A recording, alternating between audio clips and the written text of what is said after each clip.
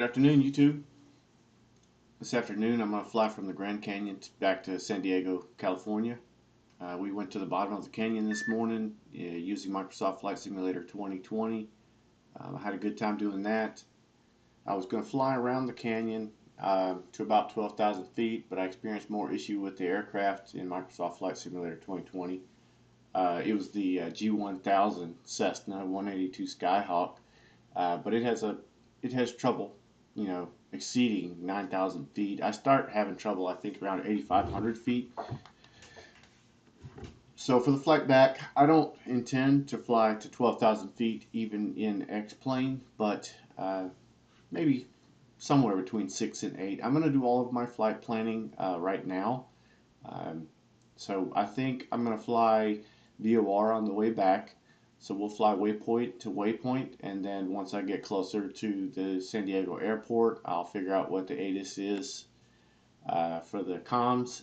We'll tune into that, determine what runway we can land at, and then program that into the G530.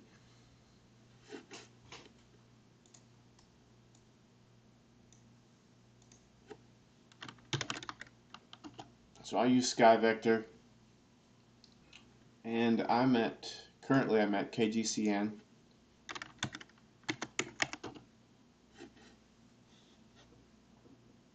And we're going to go to KSAN.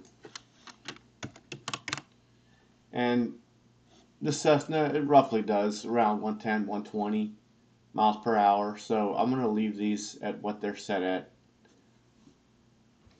No real need to change them.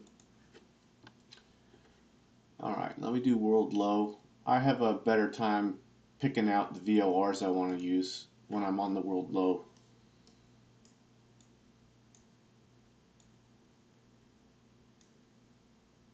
So we'll go back to Peach Springs. I believe we used that waypoint once before.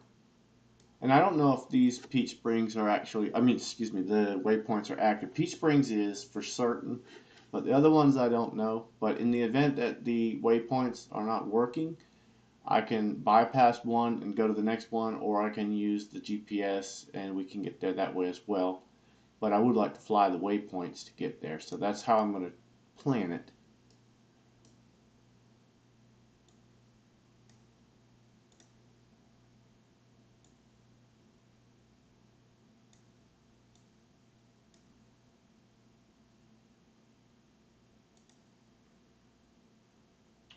Oh, that takes me there.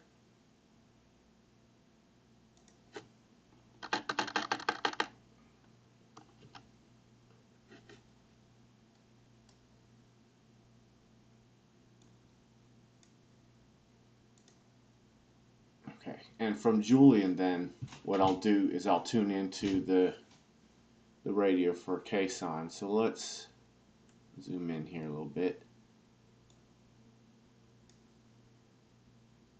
We'll get the North Island waypoint in there. I don't really need that one.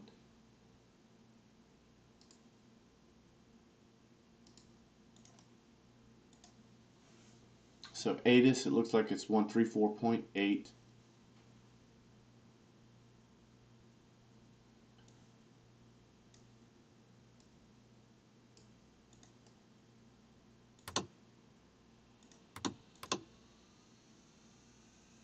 Fuel, that might be enough fuel for this.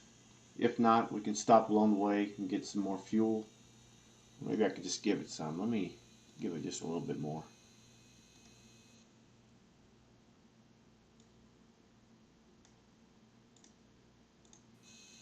Okay. ATIS was 134.8, so I'm going to plug that in now.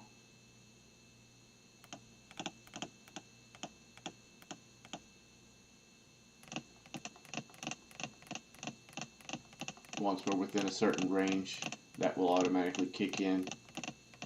Comms are turned on, so we should hear it. We'll get the audible.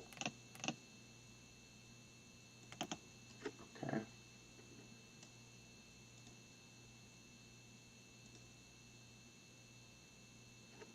Alright, Peach Springs. Let me drag this back over.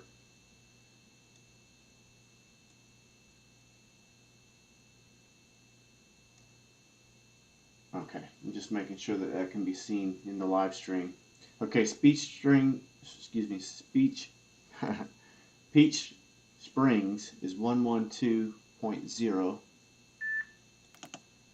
and we have 112.0 already in there, so we'll make it active and it picks it up, so that's good. And then the next one for Needles is 115.2, so we'll go ahead and program that and have it ready to switch over.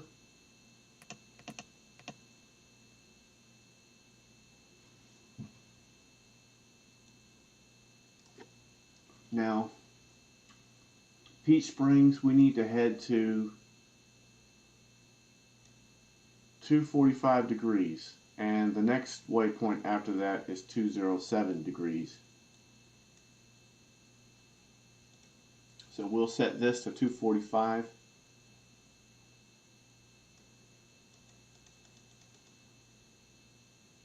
And the other one, Needles, will be 207, so I'll set VOR to 207.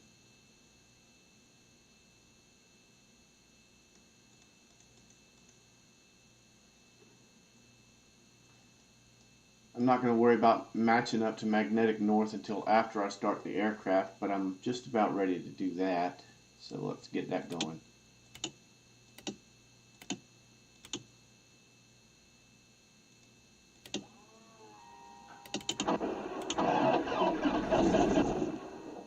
Oh, mixture and fuel helps. Turn the pump off.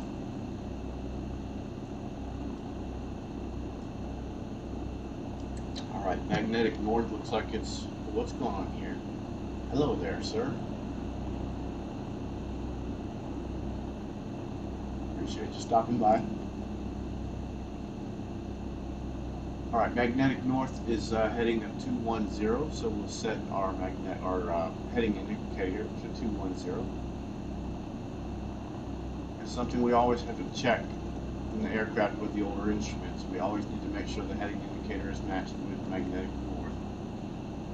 And since our first bearing is going to be 245 degrees, we'll set our set it here to 245.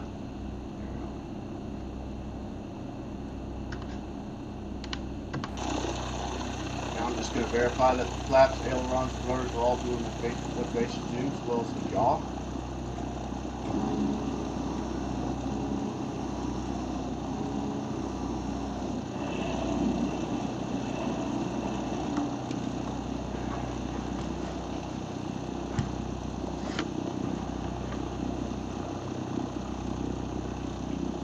Beacons and lights are working.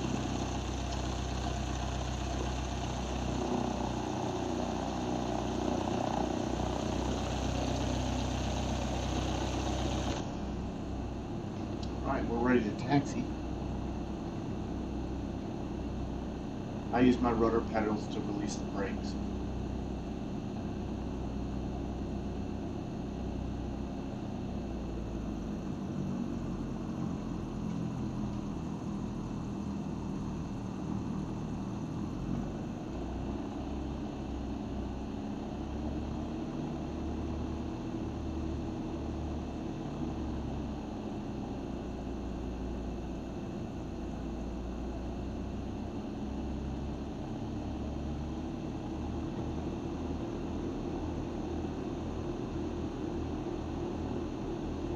I had a lot of fun flying at the bottom of the canyon. It's going to be sad to leave.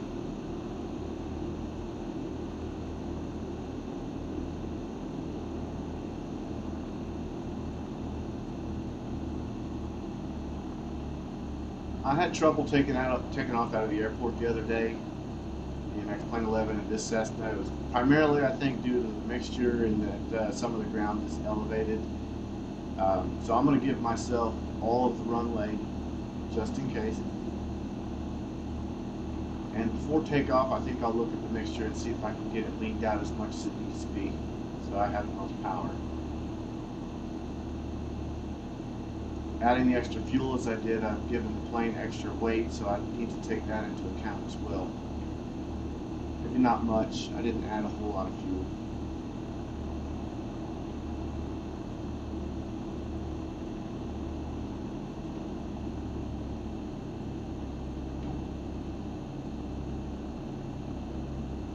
I'm using real time this afternoon in real weather.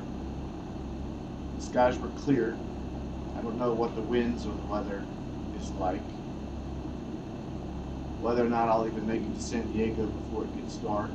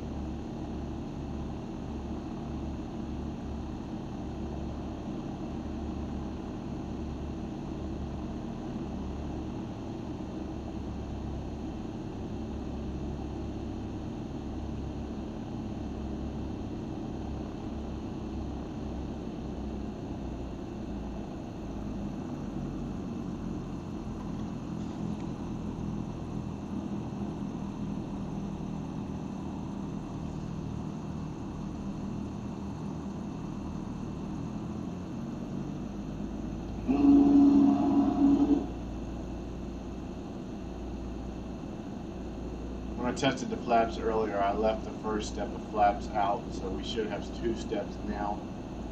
I'm not going to look. I can take off with or without the flaps, it doesn't matter, essentially. I do typically have 2 steps of flap when I take off. That makes for liftoff a little easier.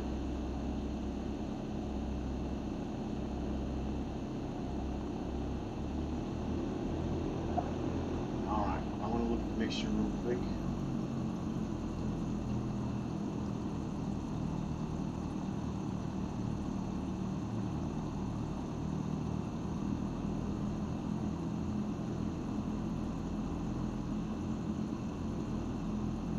Okay, I think right there.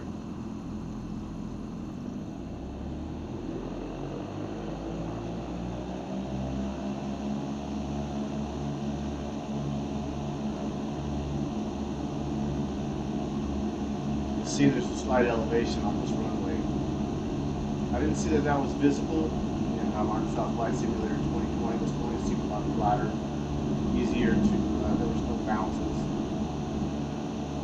It wasn't going up and down as it is now. I'm lifting off, I didn't really have to rotate.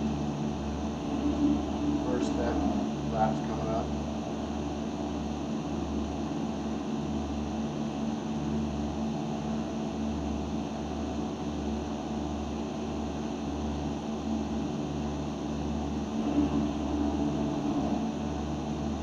Flaps are fully retracted. I'm turning off the landing and taxi lights.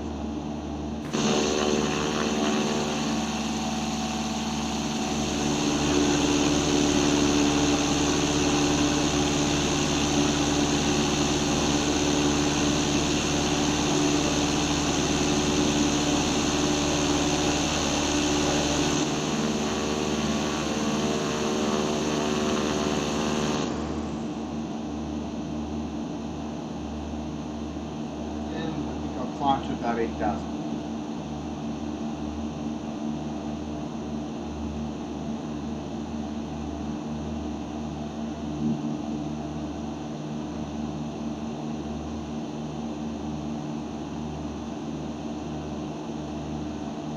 Engage the autopilot. Start with heading.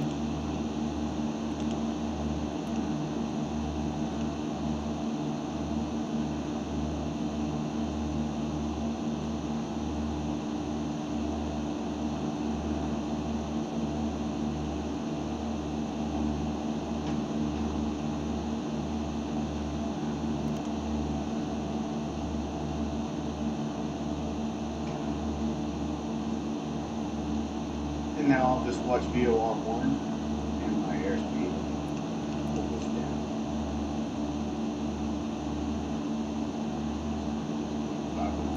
See if I can gauge the airspeed.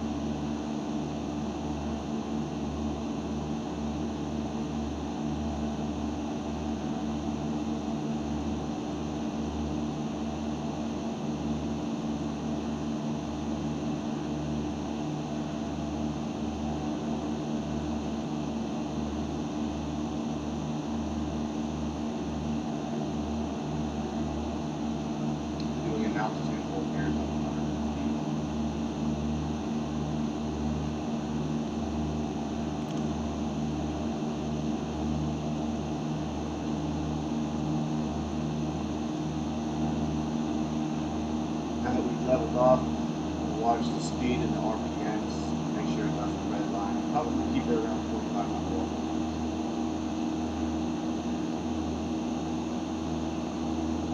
I see the flight plan that I used earlier, G530. I can clear it, but there's no need to. I'm going to leave it there for now.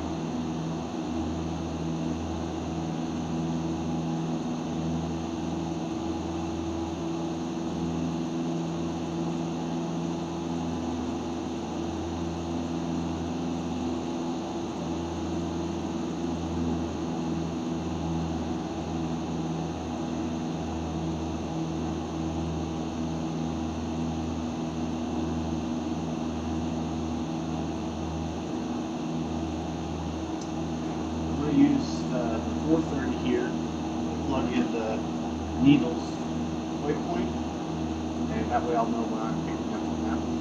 We're going to also watch VOR 2 for that, but I want to program it in here as well.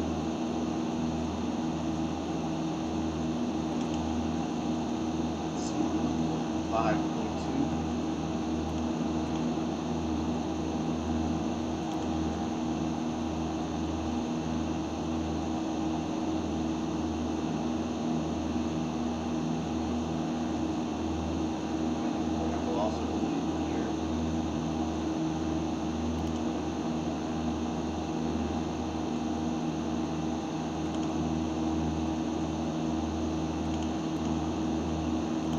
It's a direct to KSAN.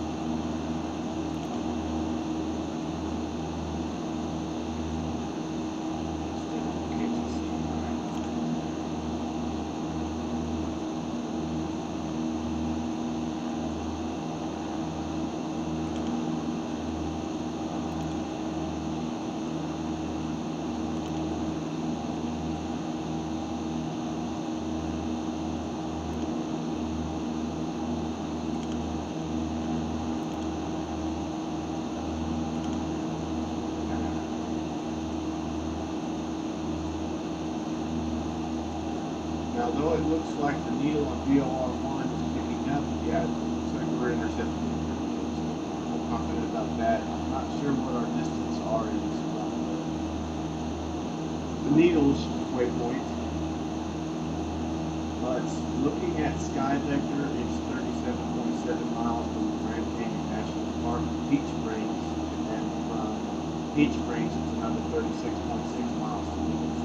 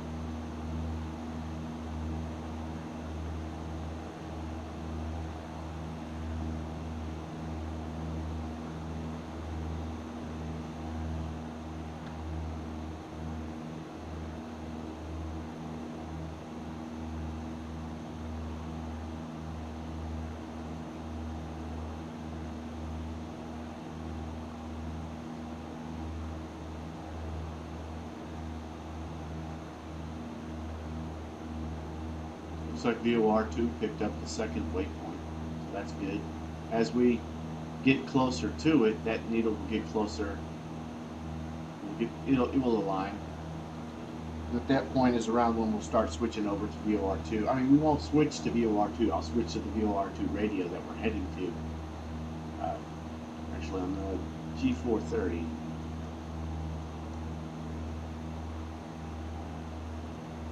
After 115.2 is going to be 114.2.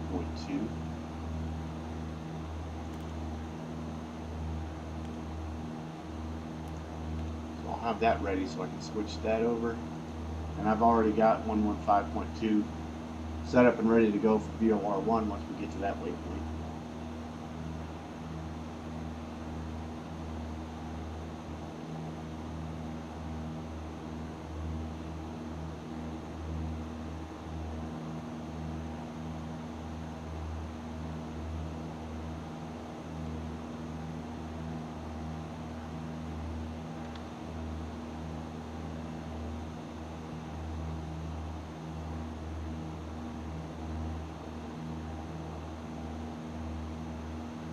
Direct to KSAN, it's like ETE is 230, but since we're flying waypoints, it's going to take longer than that.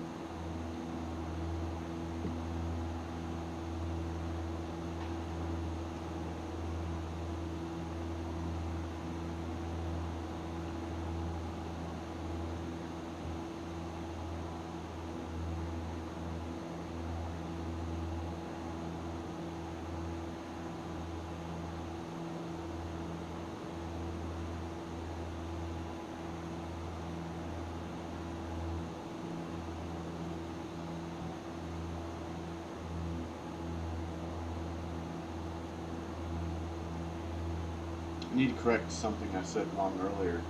I said it was 37 miles from the Grand Canyon to Peach Springs. It's actually 71 nautical miles from Grand Canyon to Peach Springs, and it's 68.8 nautical miles from Peach Springs to Needles.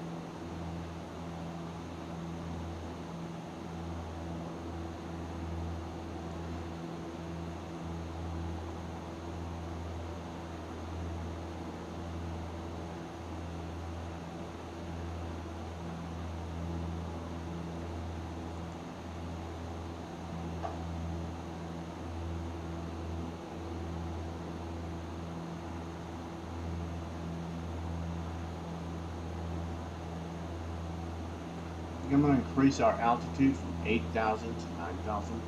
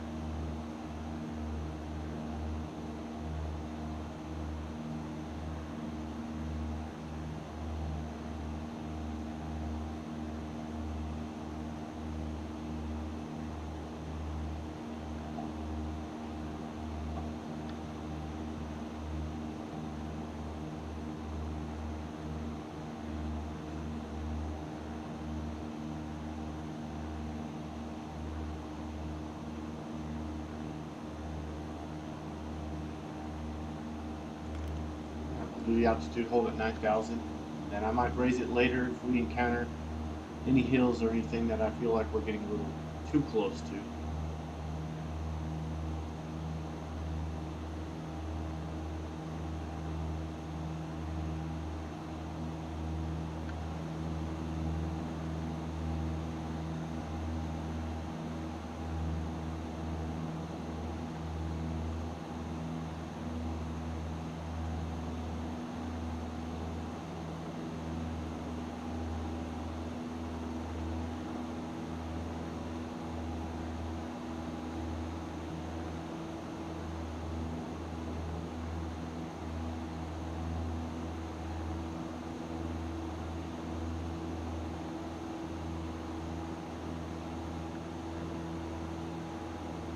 Still a little bit of the canyon over there.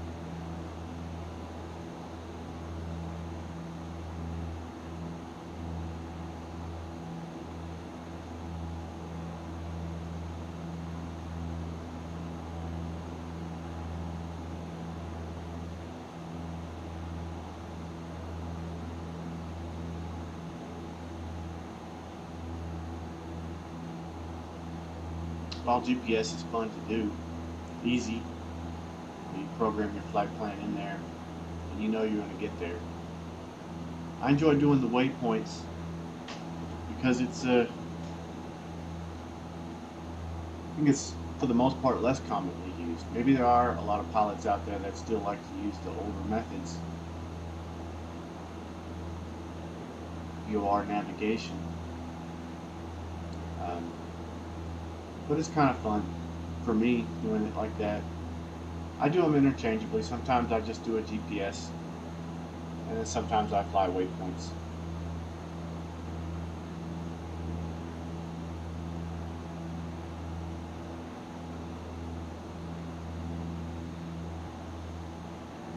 I know when I first started trying it, it was very confusing to me, but now that I've done it, I can't even begin to understand why it was confusing to me.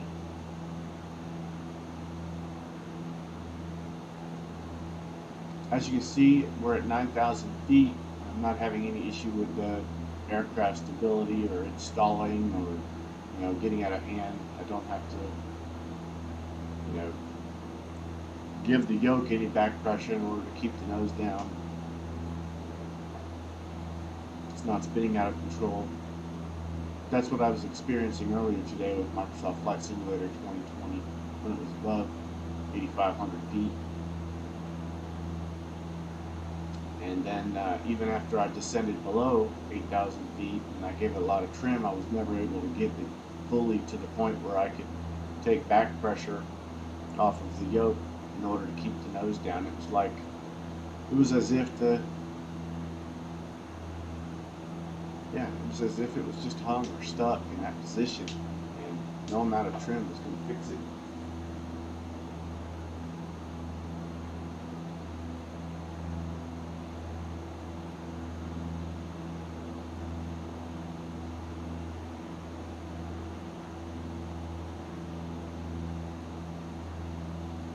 Things I see up ahead, they look like they might be in the way, so I'm going to ascend to 10,000 feet.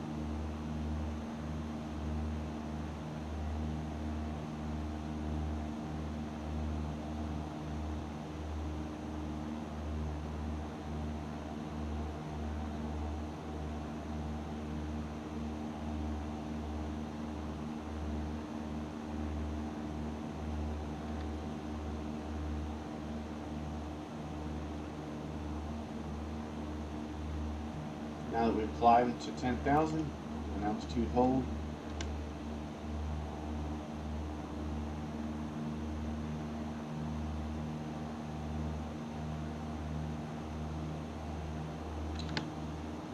See if I can give us some more power.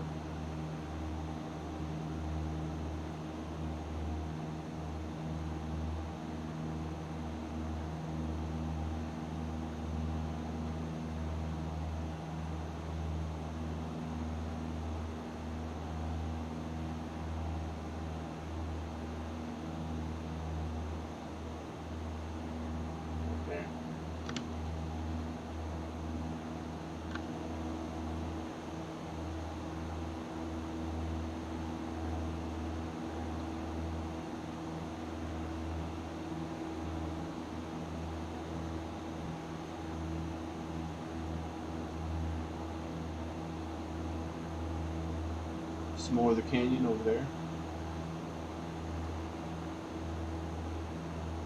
Quite a bit of it right there.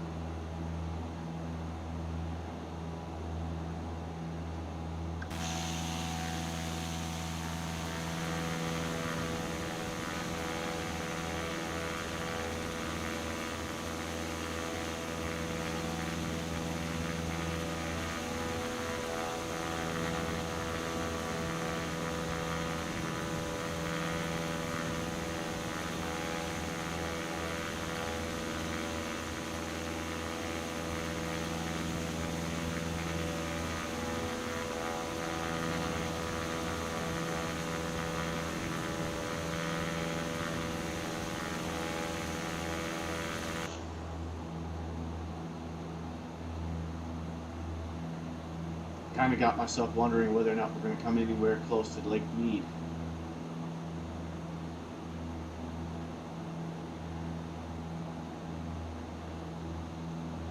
On the G530, I see the waypoint coming into sight for Peach Springs.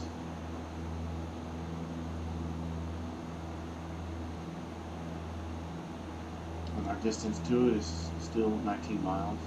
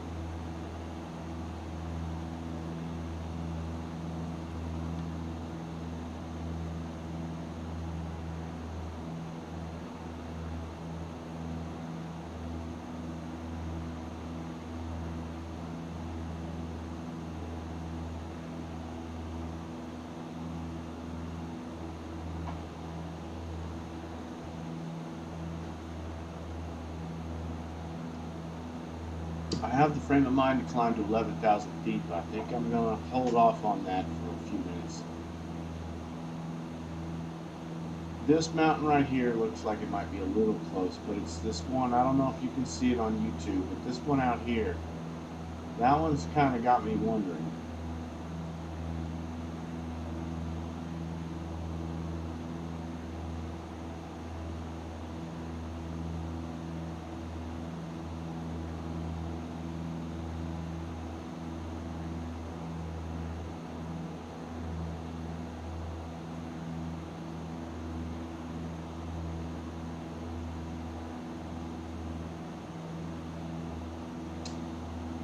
Seems to me that flying waypoints and getting from point A to point B, like we're traveling, what, 329 nautical miles, almost 330 nautical miles, using a handful of waypoints. And then I think about trying to drive that same distance and how many turns and exits and entrances and things you would have to do along the way. Just seems like flying waypoints is a lot simpler than driving.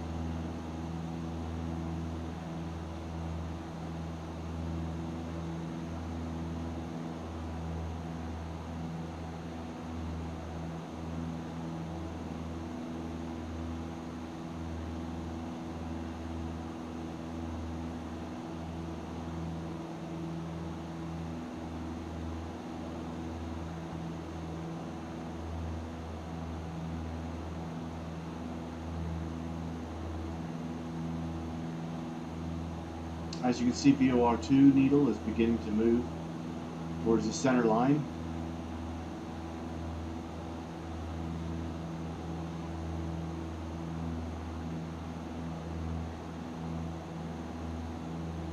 time we reach, in 12 miles, it should be about as close to it as it's going to get. It should be aligned. If I have it set right, it will be perfectly aligned.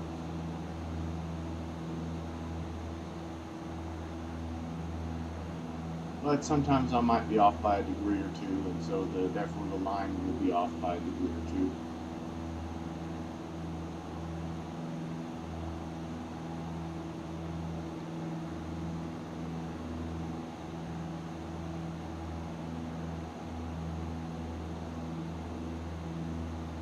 When I say VOR2 needle, I'm meaning this one here. It was out here, and now it's moving in towards the center.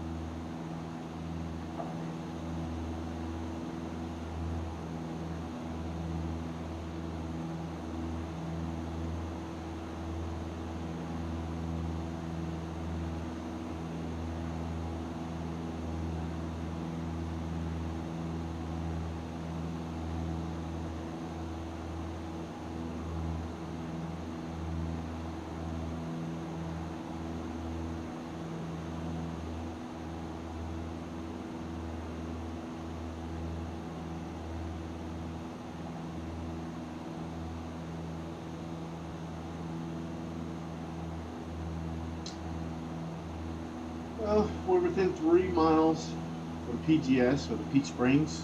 I'm going to go ahead and switch to 115.2 and and change the bearing to 207 degrees.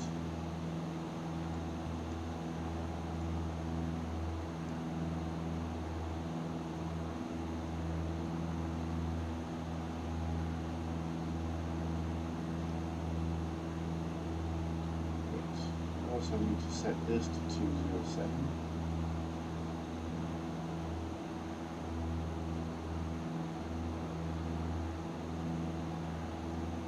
Alright, my next, I need to switch this one to 114.2, and that's a heading of 224 degrees.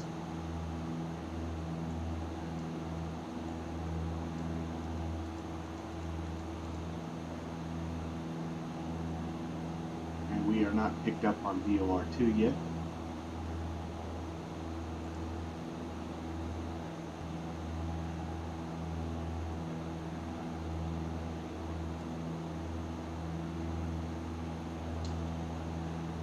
So 114.2.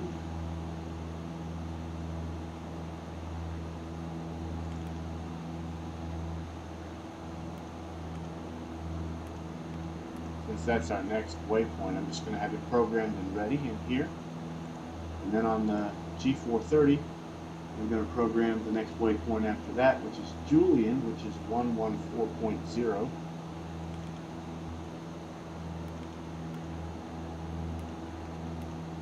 And have that ready.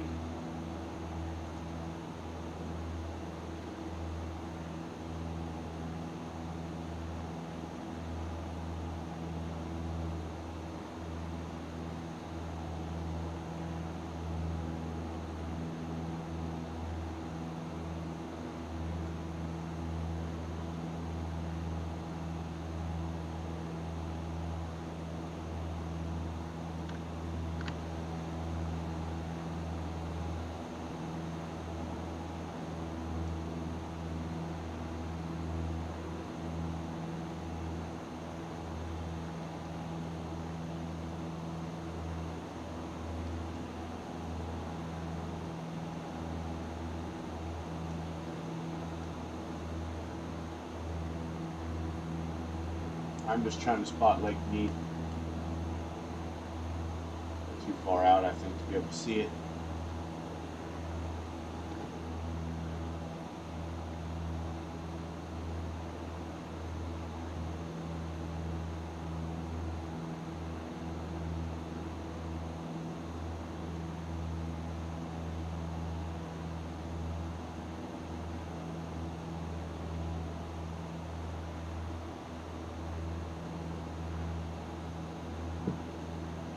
Trying to determine why the aircraft shifted like that, but it must be just compensating.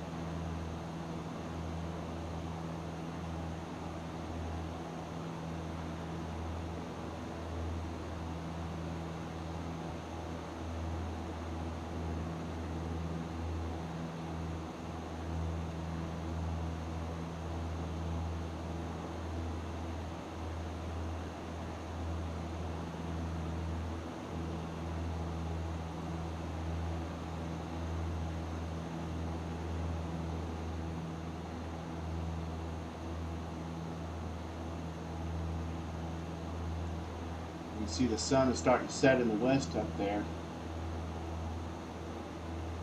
We're heading right toward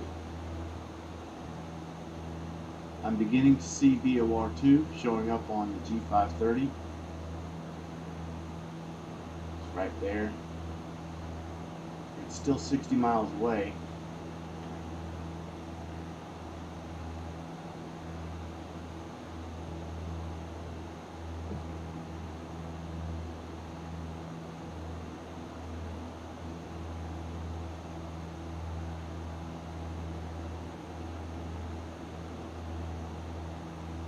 .115.2 is the Needles waypoint.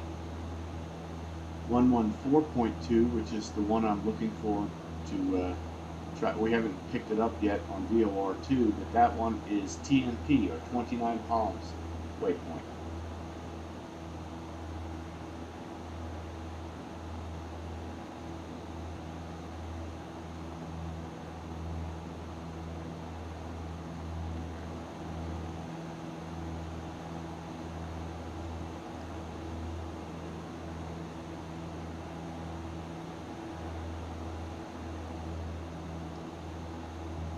Looks like there's a little glare coming from something out here. I can't tell what it is.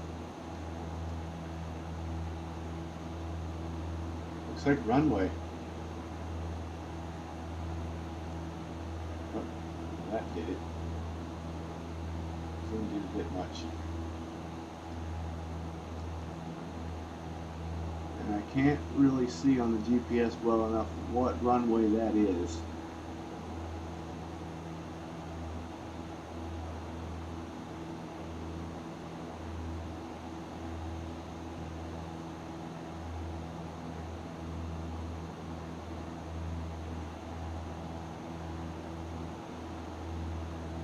But it pertains to Needles.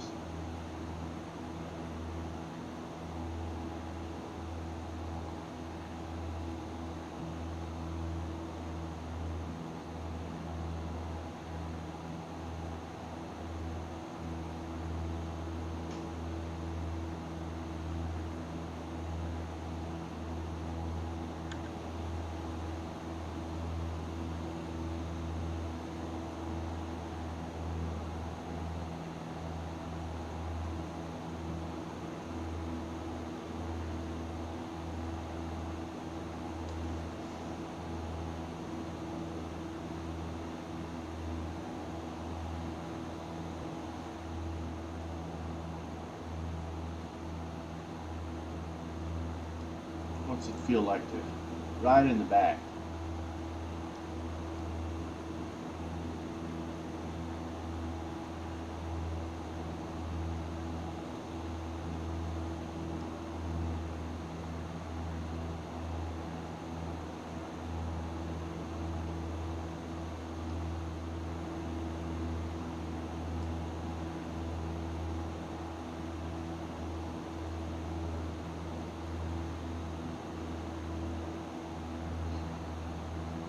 Since this is going to be a lengthy flight, I was wanting to get it done this afternoon. I won't have time in the morning to fly several hours.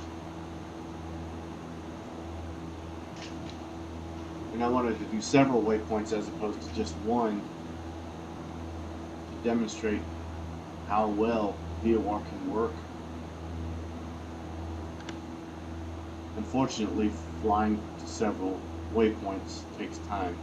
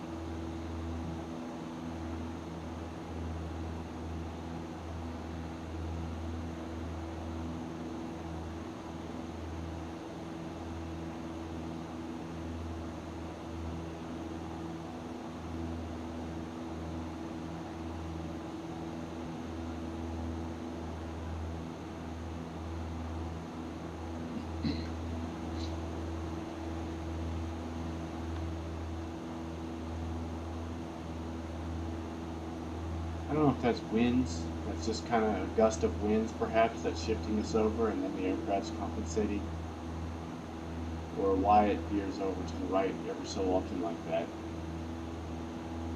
And we've been relatively flying a straight course, you know, from waypoint to waypoint, so we're not really drifting off. So I'm assuming it's a gust of wind. There are some clouds out there now that I'm seeing. I didn't notice them really until I mentioned the gust of wind. Then I started looking.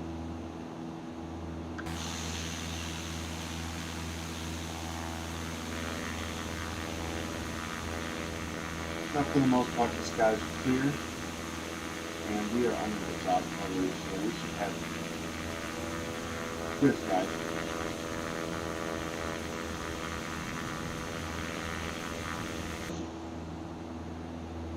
I forget sometimes that when we're outside the aircraft is louder than my voice. But what I was saying is that for the most part, we should be flying under those clouds and have clear skies, despite the fact that I'm using real-world weather and real-world time of day.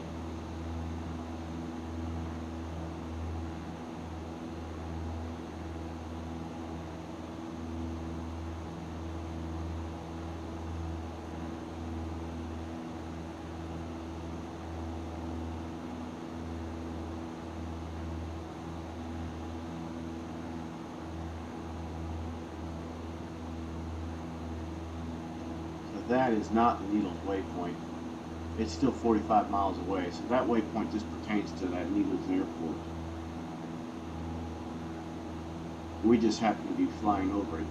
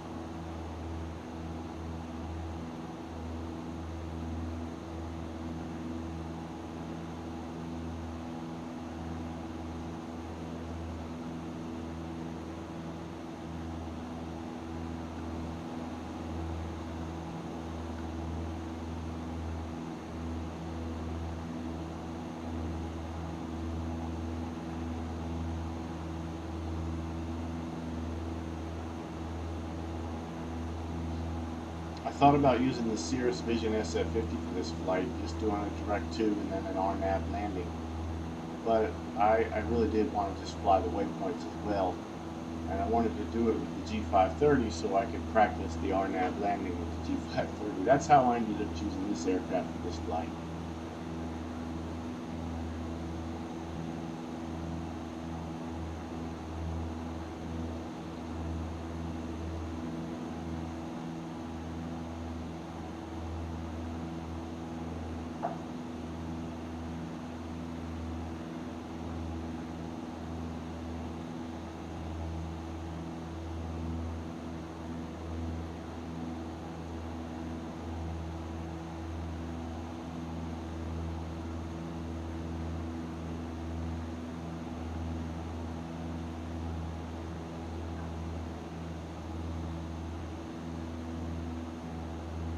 The RNAV landing for KSAN is a little bit challenging though.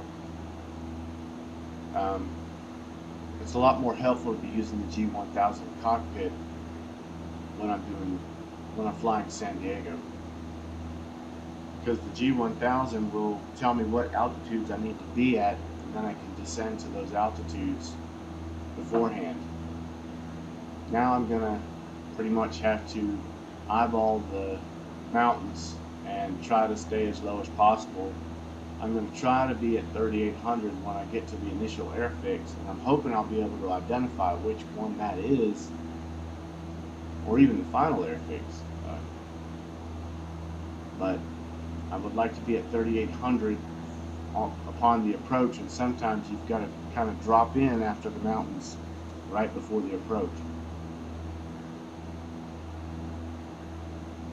So it's a little tricky, and I think with the G530 it's going to be that much more tricky.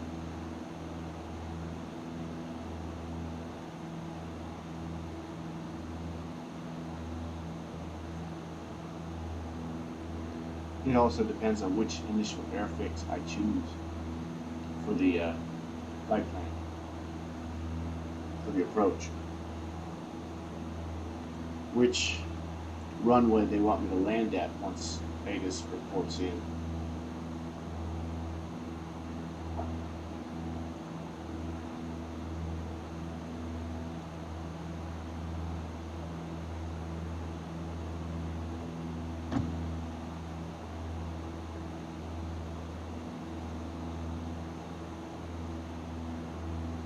Unlike flying in the canyon, having one hand on the throttle, the other hand on the yoke, and trying to navigate myself around the aircraft around the bottom of the canyon, at least with the waypoints, you can just initiate the autopilot and just monitor things.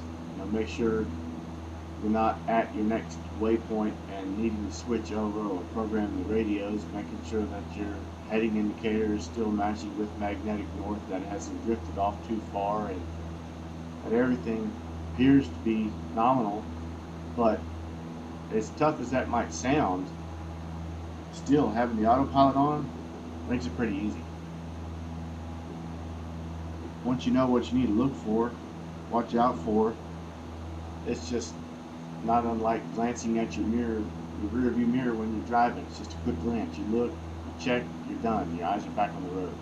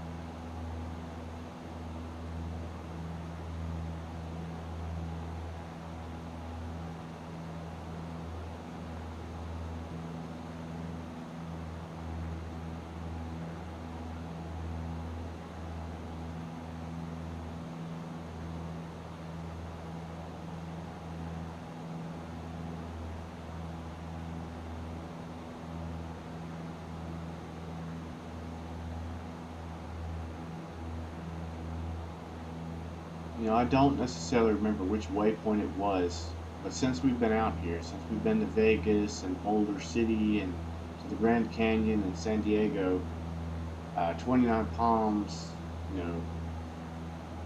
since we've done all those things, there was one waypoint that didn't work, and I'm wondering if it was the 29 Palms waypoint. So I might have to bypass that one and just travel a particular heading. The heading to 29 Palms from Needles is a heading of 224 degrees. I may just have to travel a heading of 224 degrees for 75 miles or so, or even longer, until I get picked up on the Julian waypoint, which is about 140 miles away, plus our current distance from the Needles waypoint, so 160 some miles away.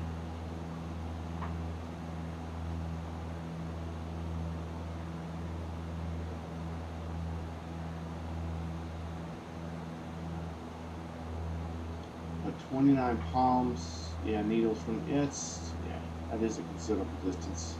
So hopefully it does pick up and it's a non-issue.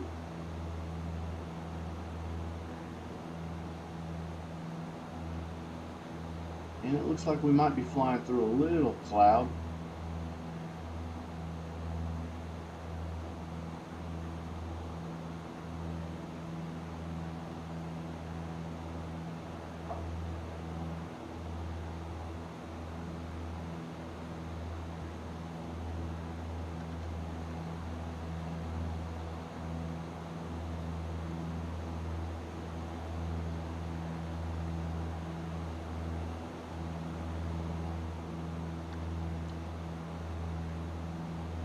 A lot of glare now.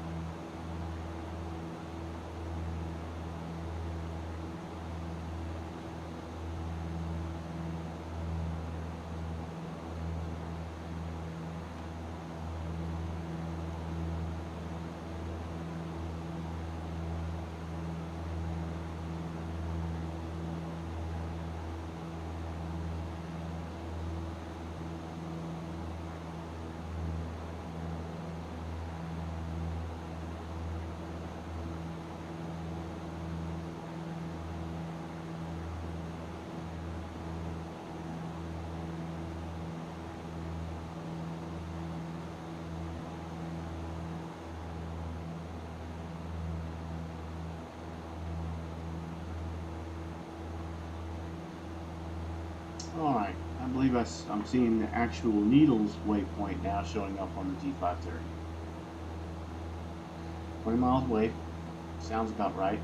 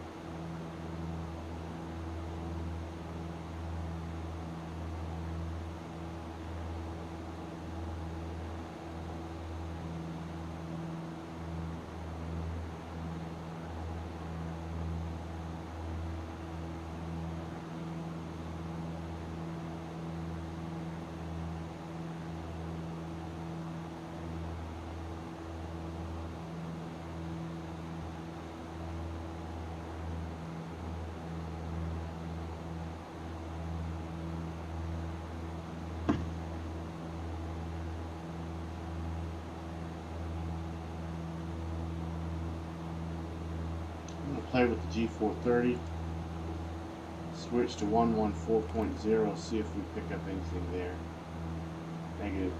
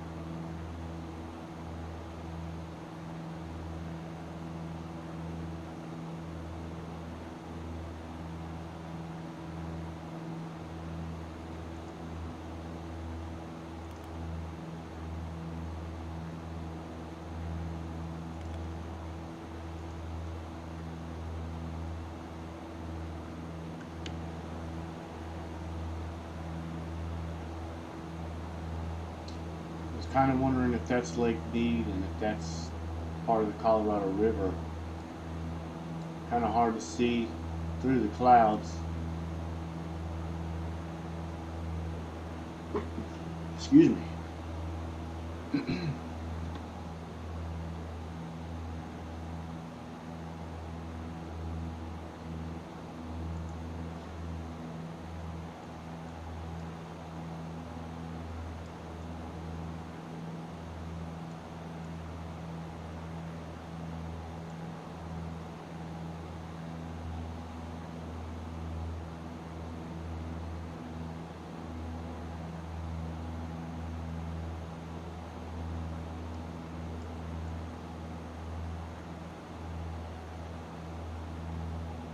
Not Lake Mead, but probably, yes, the Colorado River.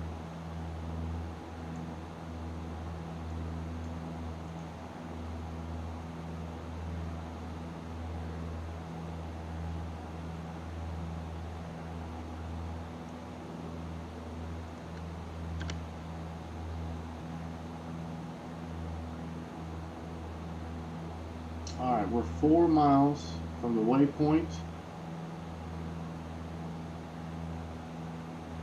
But we did pick up on 29 palms. Okay, I'm going to go ahead and switch to 114.2 and a heading or a bearing of 224.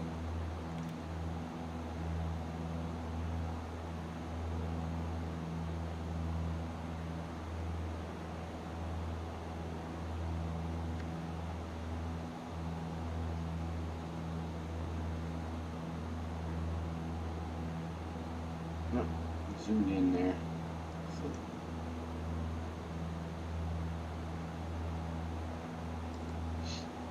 Alright. We'll switch this to 114.0 and a bearing of 199.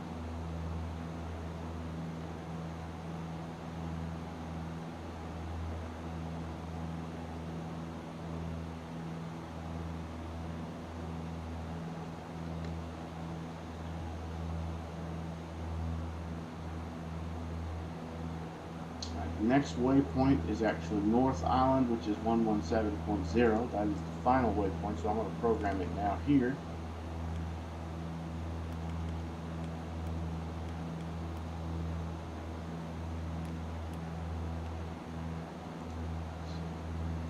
And this one needs to have 114.0.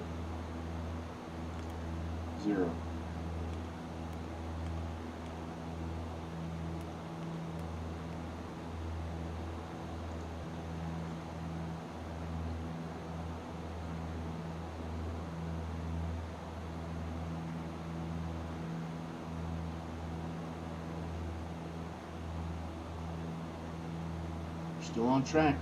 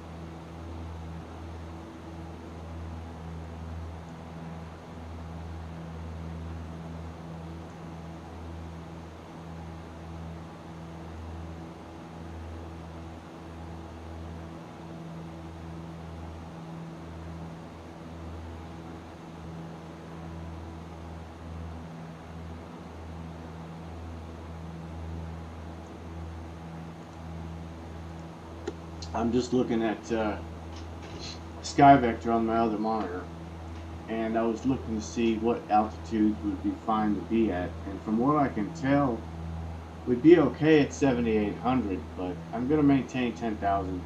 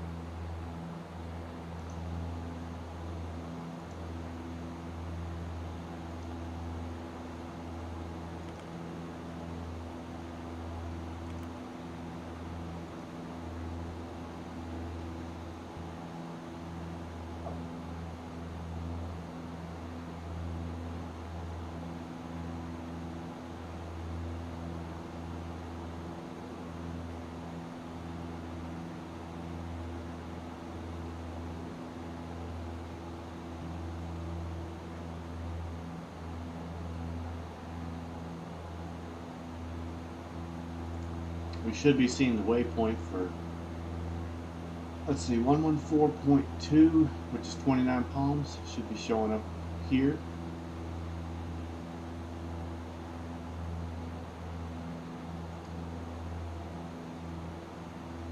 We have not registered on the next waypoint, which is Julian, after that. At least not yet. Hopefully within the next 20 miles we'll pick it up.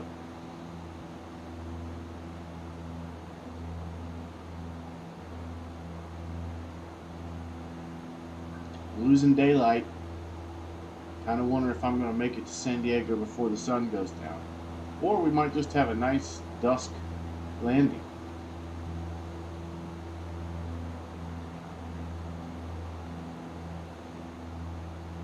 That might be nice. See San Diego at dusk.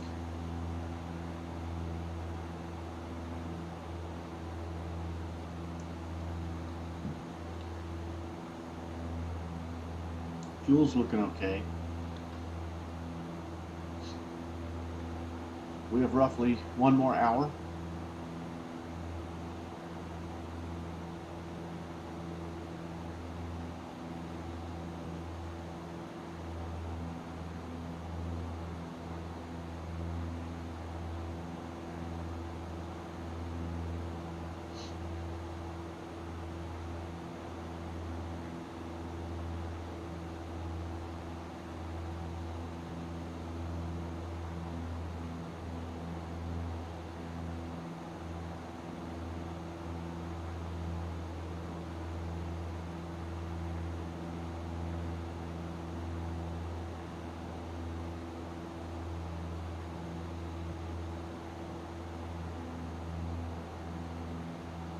If Julian doesn't register within the next 17 miles, I could potentially plug in 116.2 for Palm Springs.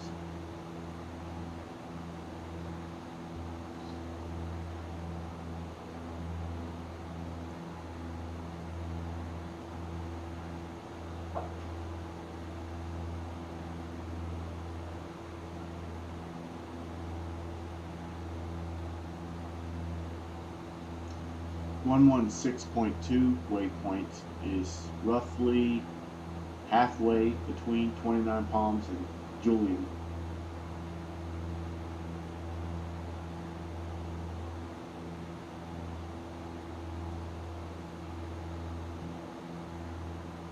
As I look at Sky Vector, it looks like I'll be needing to be at an altitude of about 9,000 feet after the Palm Springs waypoint. And that might be likely partially due to that mountain I see coming up ahead.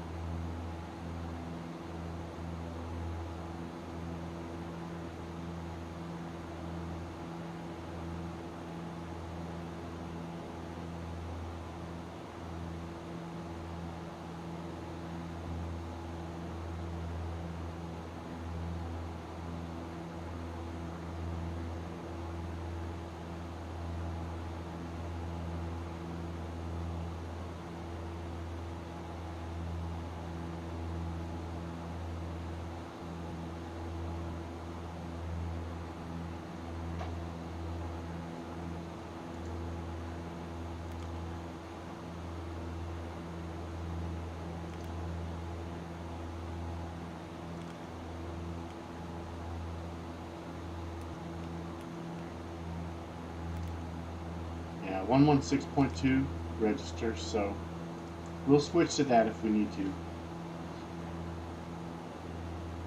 The bearing should be roughly the same as it is to Julian by the look of it. And I'm just eyeballing it. I'm not getting specifics.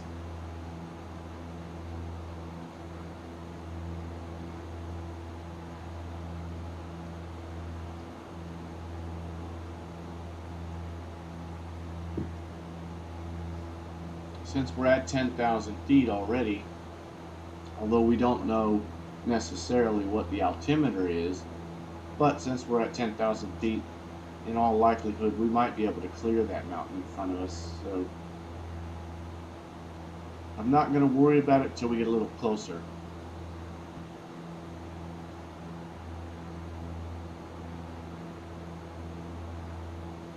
Okay, we're picking up the waypoint now for Julian, so we will not be needing the Palm Springs waypoint. I shall input 117 again. 117 is for North Island. North Island is the waypoint, actually just only slightly beyond the San Diego airport.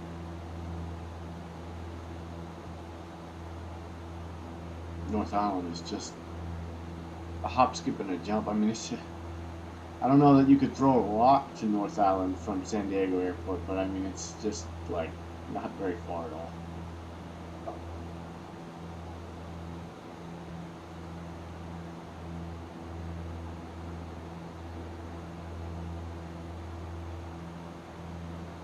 I'm very grateful so far that all of these waypoints have worked.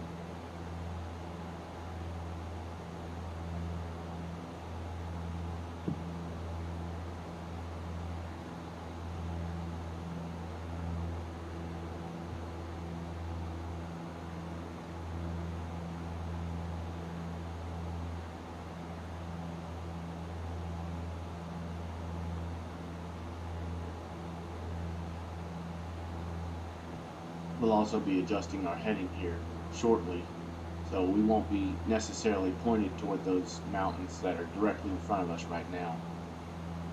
We'll be switching to a heading of 199er in about 2 miles.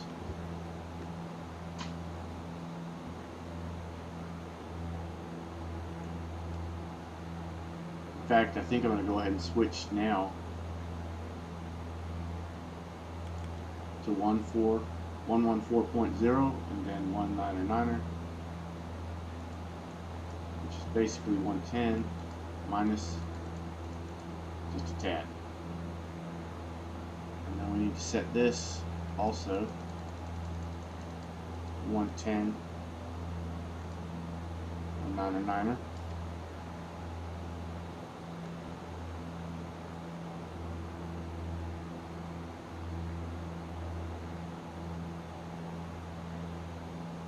Alright, for VOR2,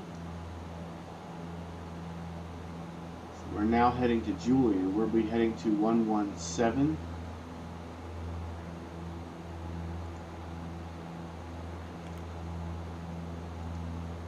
One 117 is a heading of 216.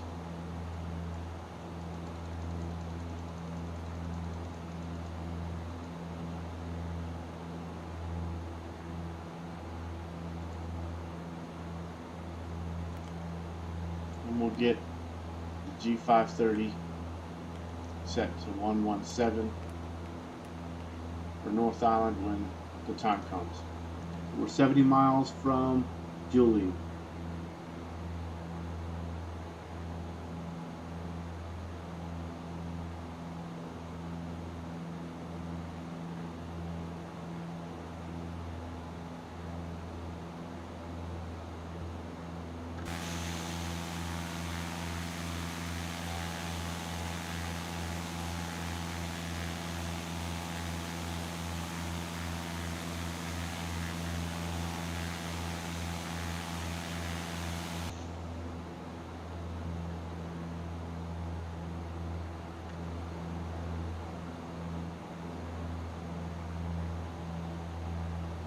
A little turbulence there.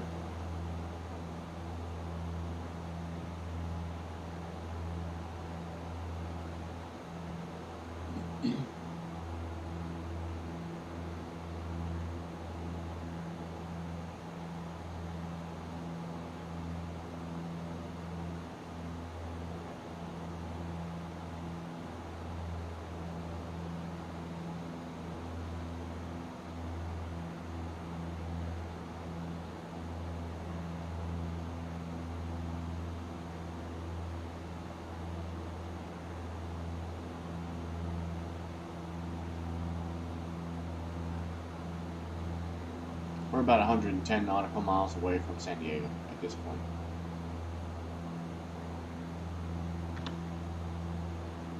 "44 minutes according to the GPS or the G430.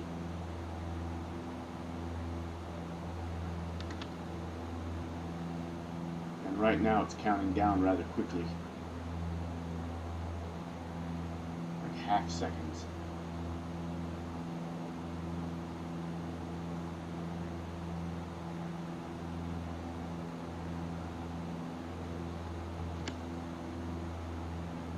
We must have a nice tailwind. We have a ground speed of 141 knots. And I'm reading this from the G530 right here.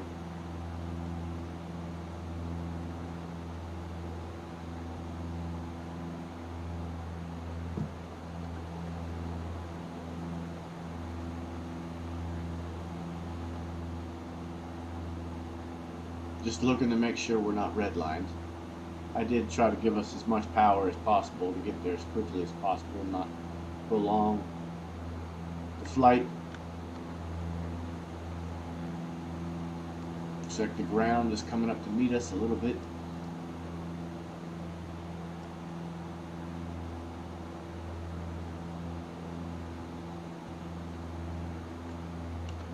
And there is potential. We may need to adjust our altitude soon.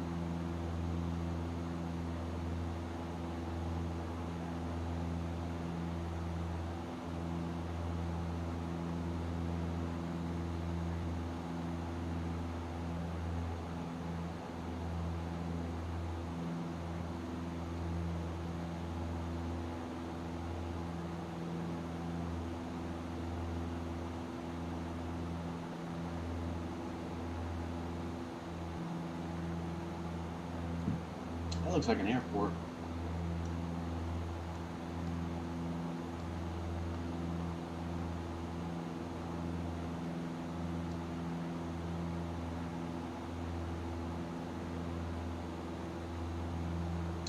And that is likely, well, before I say it, let me look at the GPS, but I'm wondering if that's Palm Springs. Because Palm Springs is in a valley, and I had the most trouble in Microsoft Flight Simulator 2020 getting up over a relatively high mountain that was, over 8,000 feet. And that's when I initially learned or discovered that the Microsoft Flight Simulator 2020 doesn't have the level cap for the Cessna 172 set properly. Was because of this mountain, if this is in fact the Palm Springs Airport. But based off of its location geographically and that mountain right there, I'm almost willing to bet my left hand that is Palm Springs Airport.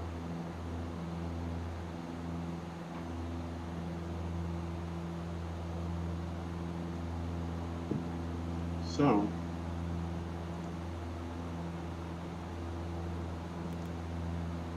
we'll zoom in.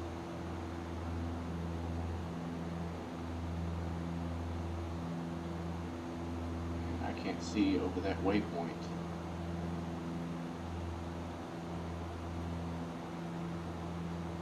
KPSP is here.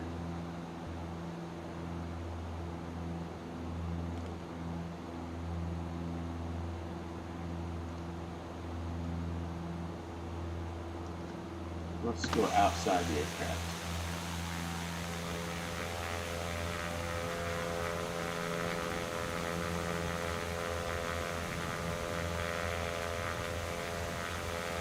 All right.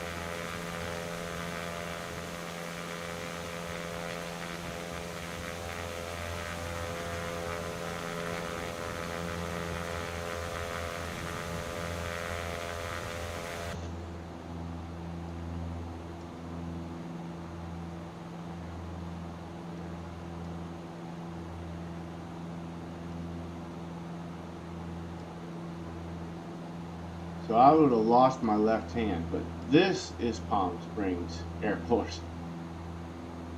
Close, but no cigar.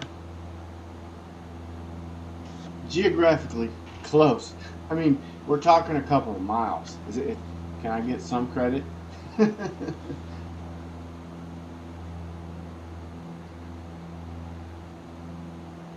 Not to mention, we were talking about the possibility of using the Palm Springs waypoint in the event I couldn't reach Julian yet. So, I mean, it already put the idea into my head that that could be the Palm Springs Airport.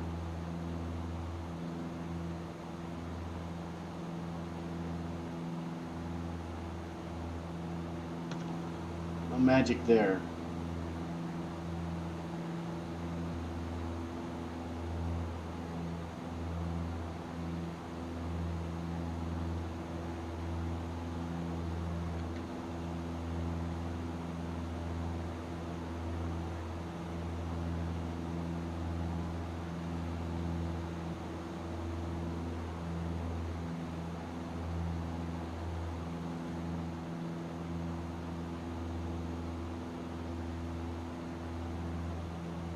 So, with that being said, that mountain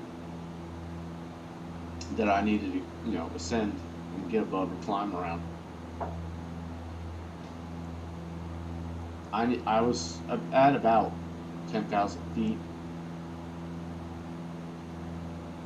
So, we should be okay. Should make it over, but it does look like it's going to be close.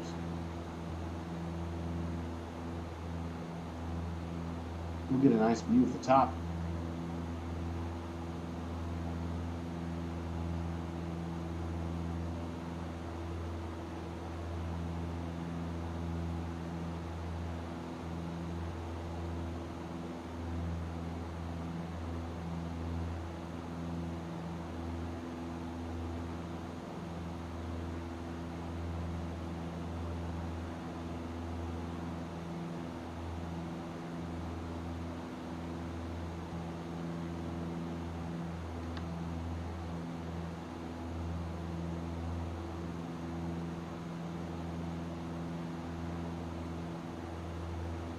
I think we're getting pushed in a bit of a crosswind, so it's pushing us left, because essentially we should really be flying over top of or very close to the Palm Springs waypoint. Based on what I'm looking at on SkyVector, we should be crossing right over that thing. I didn't plan it as part of the flight plan, but from 29 Palm to Julian, the pink line on SkyVector crosses right over Palm Springs. So we've definitely got a tailwind that's pushing us to the left. And we still have a ground speed of 144 knots when you can see I'm only flying at about 120 knots. So we definitely have a tailwind, and we're definitely going left.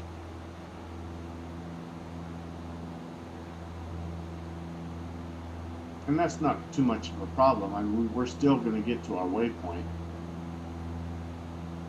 We're just drifting.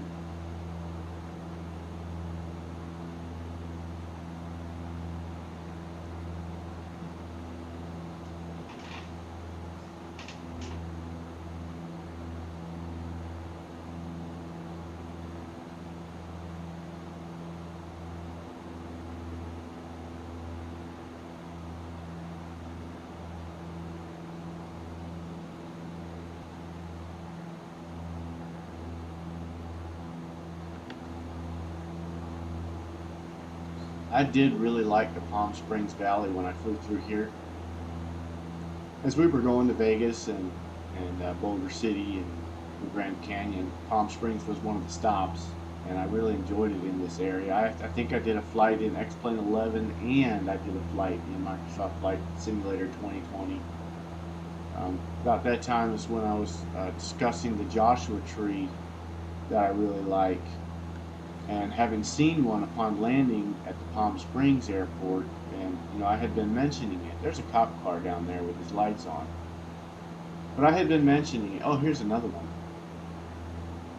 I had been mentioning the Joshua Tree during my flight because, that's one of the things I used to see out there in California when I lived out there years ago. And I got to talking about it. And then upon my landing, after having talked about it, there was this Joshua Tree. But then again, we're in the California area, and this is a simulator, and it is for the most part trying to emulate everything. So, I guess it's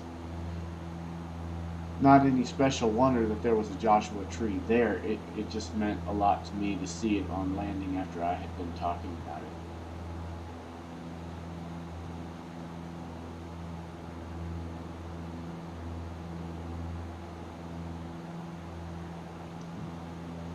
There is actually a city called Joshua Tree as well. I think it's situated fairly close to 29 Palms, California. So when we are, with Palm Springs, we're flying right now between 29 Palms, California, and Palm Springs. But we're flying over Palm Springs, or by Palm Springs, as we speak. You can see the Palm Springs waypoint right here.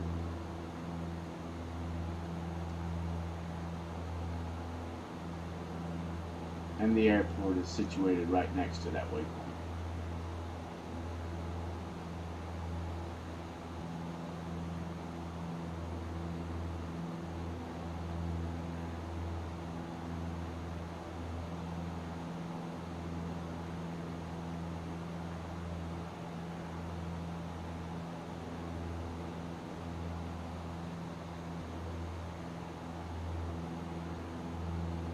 So whatever other airport that is that I mistook for Palm Springs, that I can't read because it's got the waypoint and the airport there, all mixed in together. I don't actually see that on the Sky Vector page as I'm looking at it. So I can't tell you what it is because I really don't know.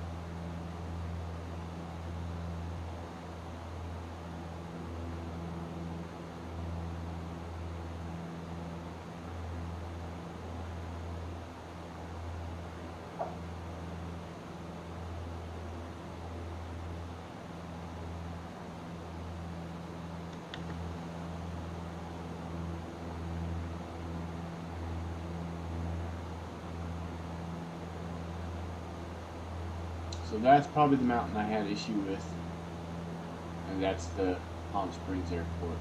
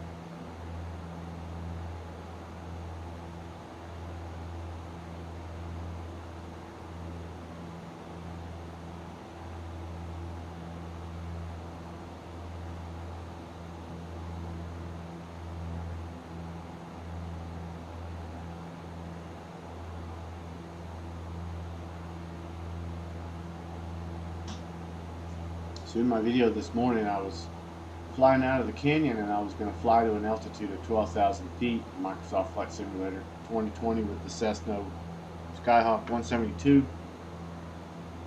And as I was climbing beyond 8,500 feet, I started experiencing trouble again. I actually kind of forgot that I had trouble after 8,500 feet.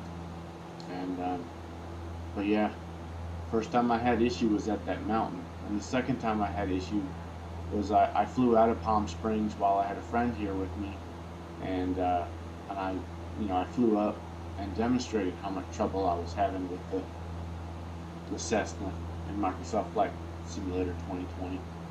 So then I experienced that same issue this morning for the third time.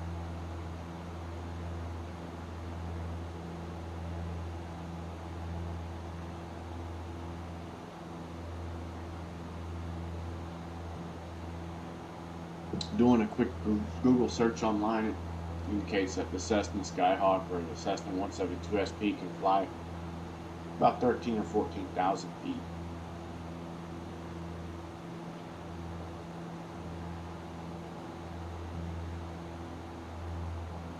I guess before things start becoming an issue.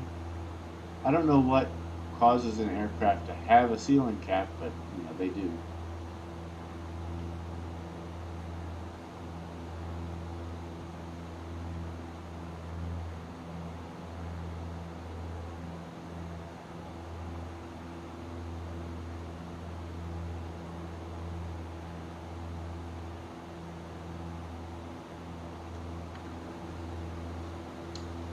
Nice close-up view of the top of the mountains. Let's have a look out the other window.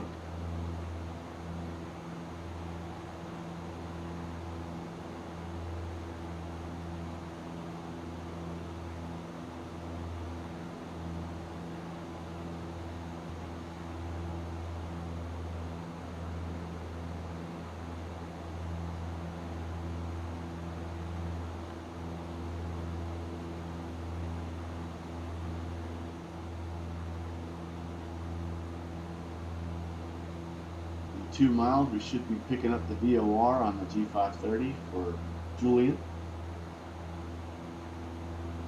or JLI. I think I see it coming on the screen now.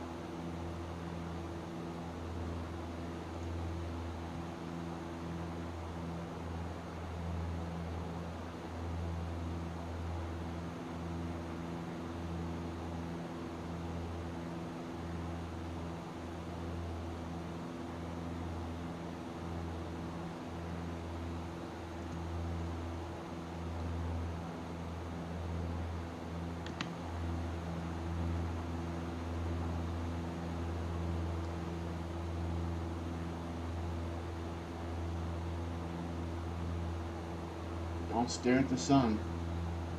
No, I think it'll be okay on YouTube.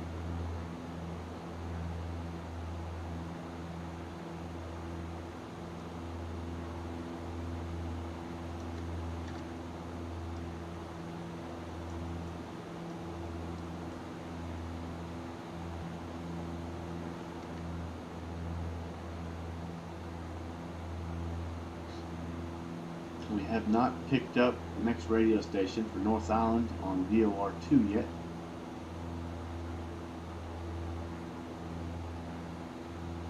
I'll be watching for that within the next 18 miles.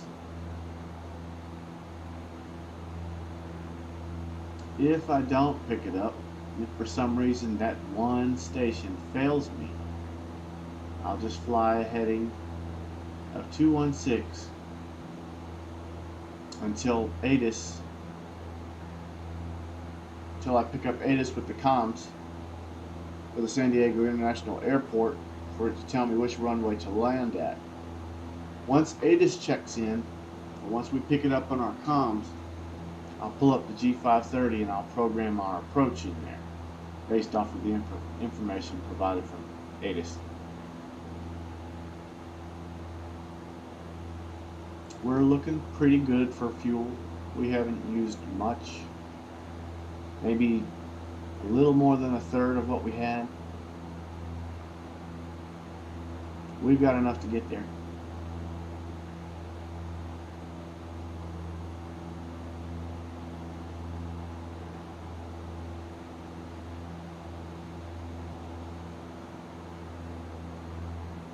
So if that's not winds that's doing that, I wonder if that's just an X-plane glitch, that it just periodically resets itself or something.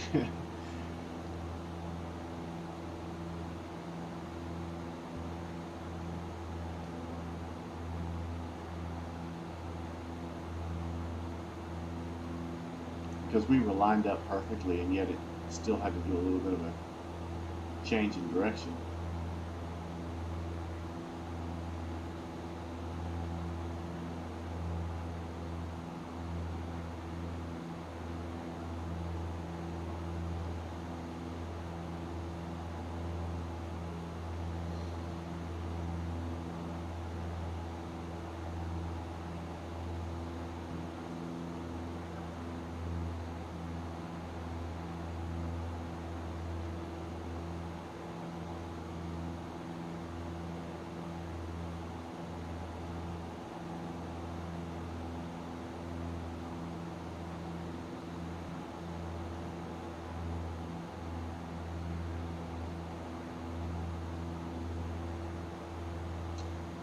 Yeah, I don't know if we're going to get there before dusk.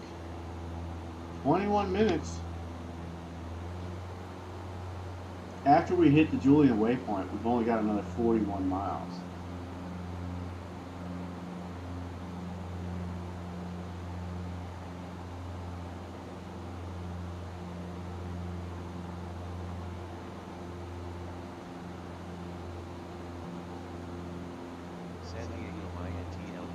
Alright, we're picking up ATIS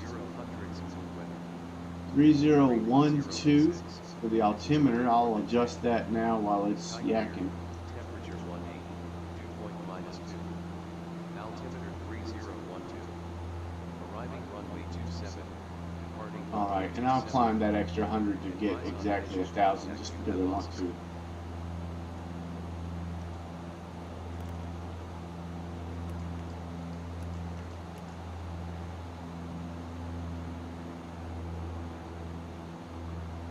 San Diego INTL information Romeo 000 weather. Wind 310. Alright, doing another altitude hold at 10,000 yet again. Sky clear. Alright, and arriving runway 27. So I am going to disconnect from ATIS Arriving runway 27. and we'll program Advise on initial contact. You have Romeo. our approach.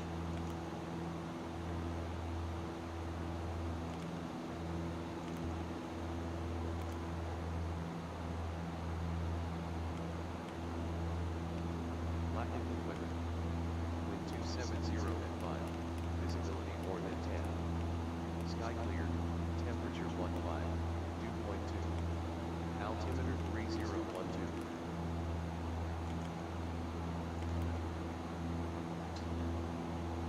Select it.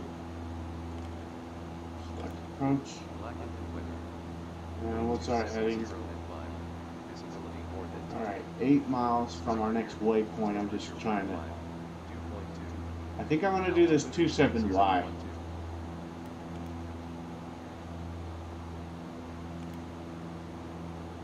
Lindy.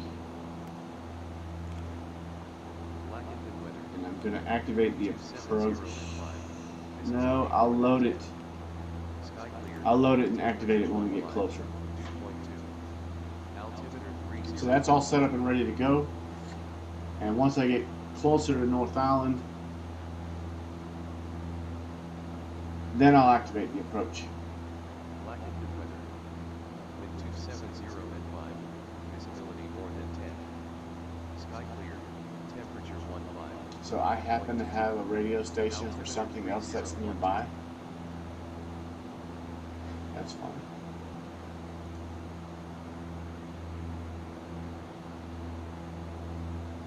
Blackened weather. Wind 270 and 5. There we go.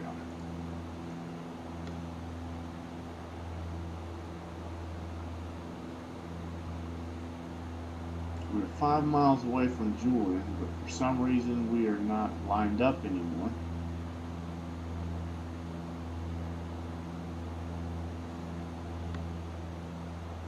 I didn't adjust the autopilot. According to the G530, we're still heading right for it. We must have a different type of wind now. Our ground speed is now 126 knots.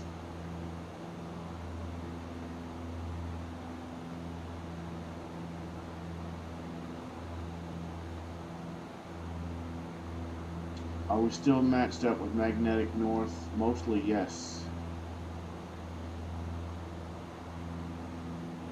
Maybe off by a little bit.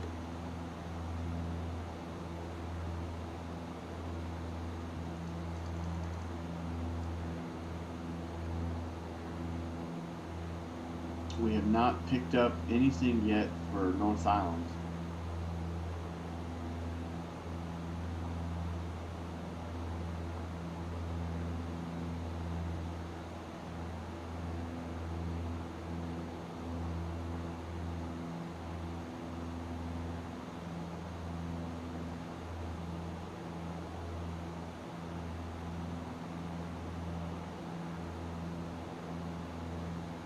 I don't know why it's turning us, but what I'll do is I'll switch to the 117 despite the fact that it's not going to take us anywhere.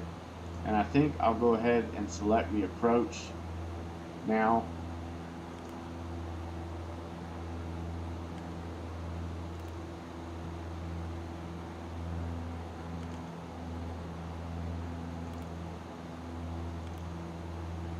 Not selected, I want to activate it.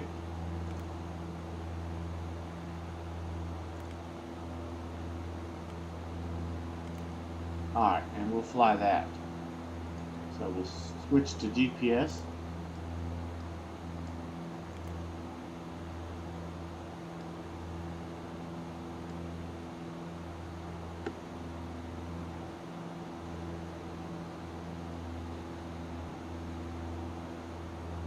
And I want to look at the flight plan because I need to know.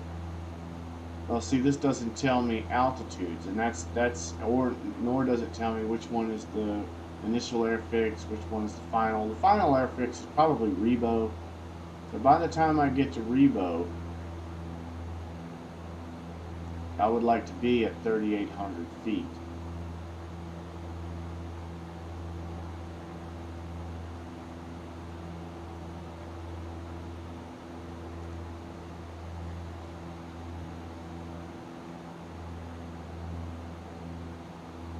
So I think I'm seeing the coast there. I'm going to go ahead and start descending to about 8,000 feet. And I'll do a slow descent. Back to speed down some here.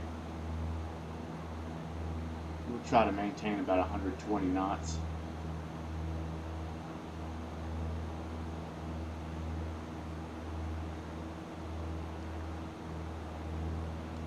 So yeah.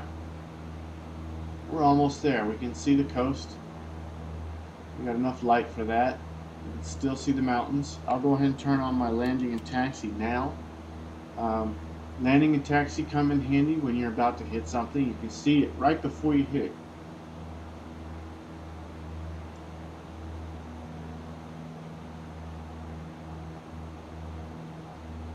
But once I get over this mountain, I'll probably descend down to about 5,000 feet, or at this rate, if it's looking good as I pass over it, I'll just continue at the current rate that I am. But right now, I'm just going to kind of eyeball it and wing it until I feel comfortable.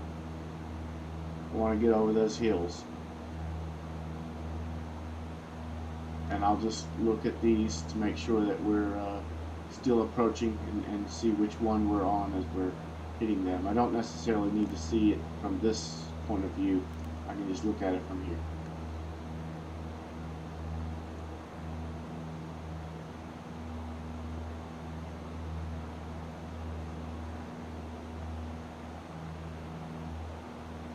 As you can see from the G430 down there, we're about 15 minutes away. Because that is in fact the coast right there. So KSAN is over here, city of San Diego is kind of right there, and then North Island is that little island right there that looks like it has a little sliver of water around it. That's exactly where North Island is. But the North Island waypoint did not work for me. It's still not registered on VOR2, and we're close enough that it should be picking up, and it has not. So that is the one waypoint that failed me. But that's okay, because I am close enough now that I could make any visual approach. Even without the G530, without the GPS, I could fly to the San Diego airport from here without issue.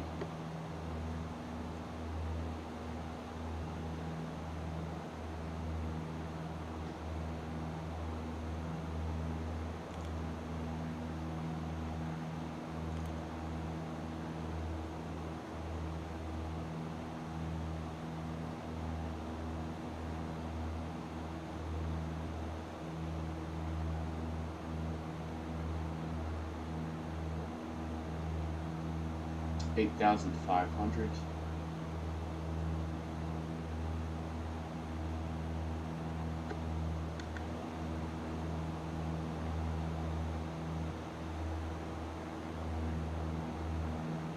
Runway out there. At least it looked like it might be.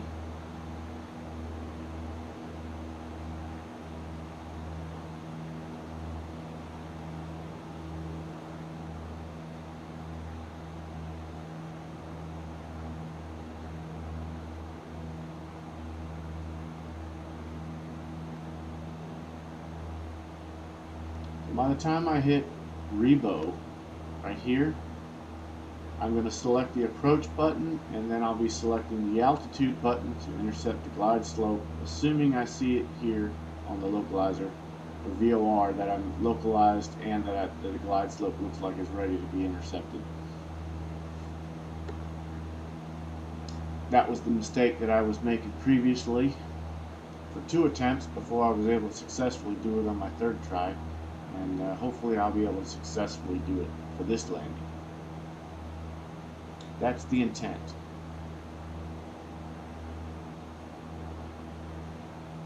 $200 below 8,000.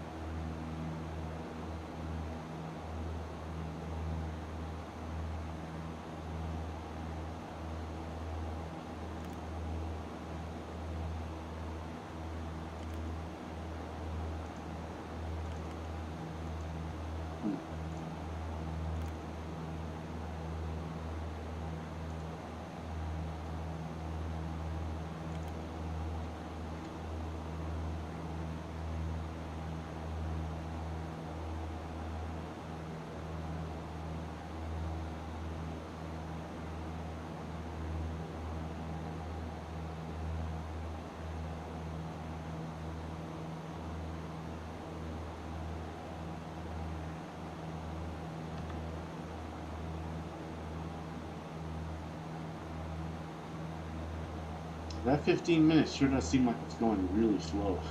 We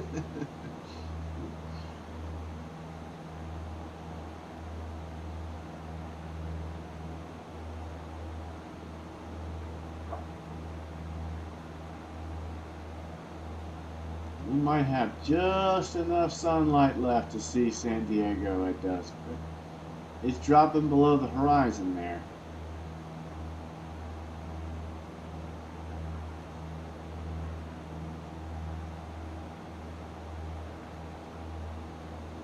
But we might get some beautiful orange and pinks. I mean, we have a little bit now, but ooh, I'm starting to see lights for the San Diego airport.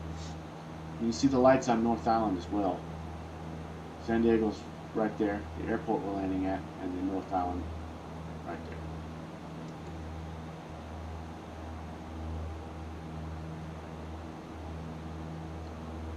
Wow.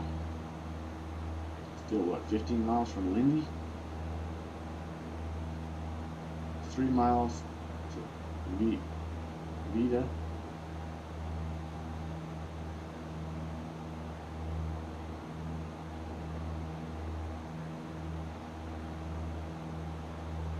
Miles to O'Kane.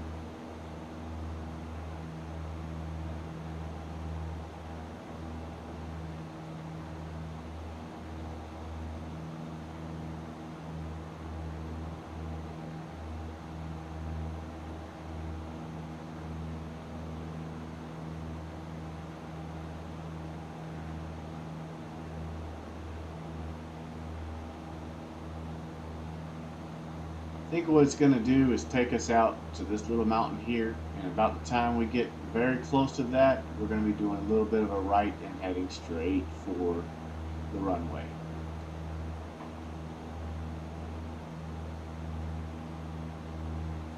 That's my guess.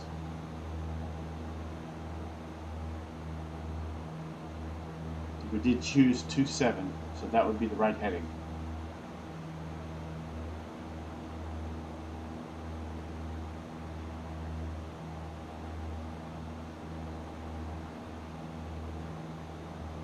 Almost to 6,000 feet.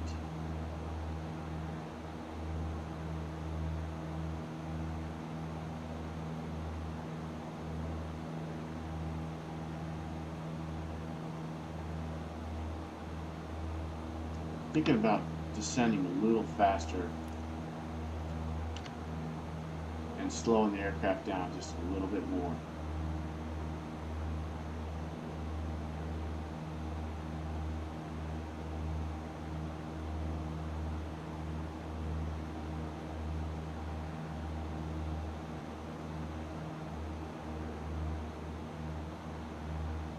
Have a look over there.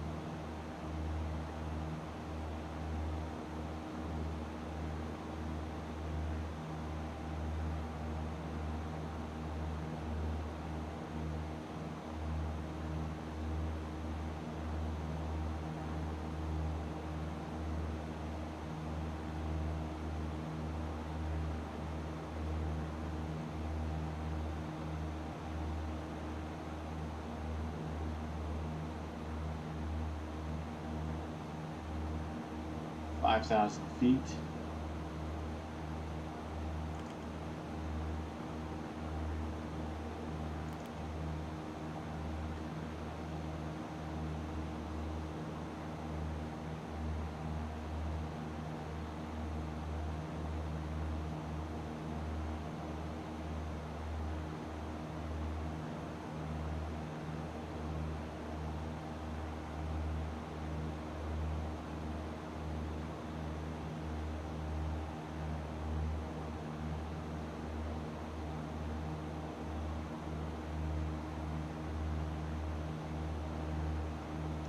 I'm going to do an altitude hold right here until I make that right hand turn. because I don't know how close to Lindy it's going to take me.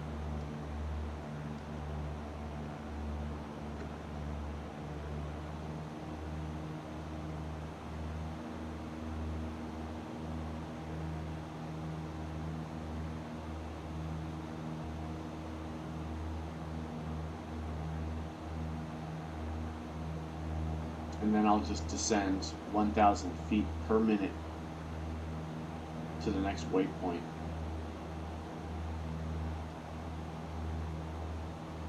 And worst comes to worst, I'll just manually land it.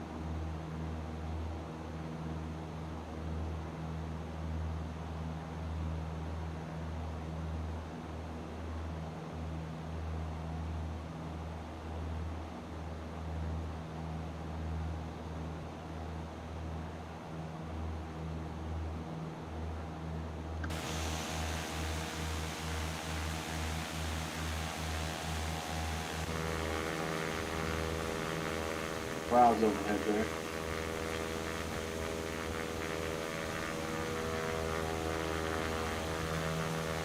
A lovely screenshot. I'm gonna grab it.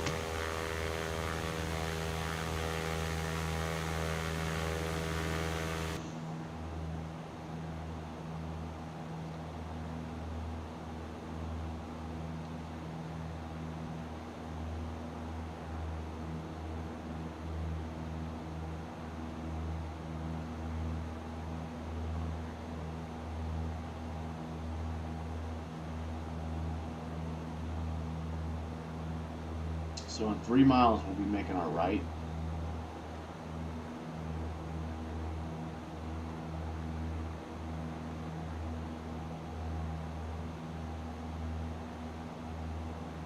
I wonder if we're going to go beyond that hill there, because if we're flying by it, I will descend further.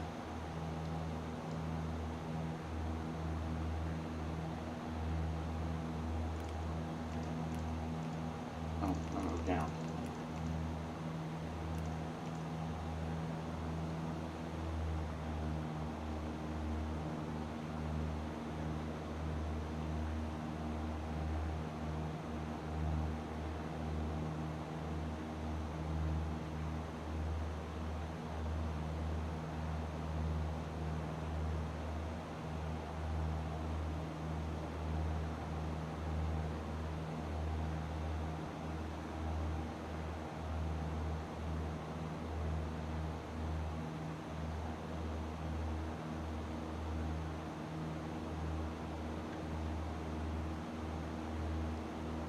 I'll do the altitude hold at 3,800. Alright, we're turning in. 39.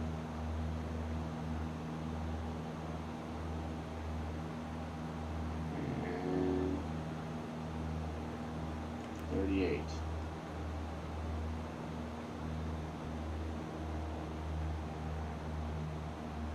Okay. I feel comfortable coming down some more.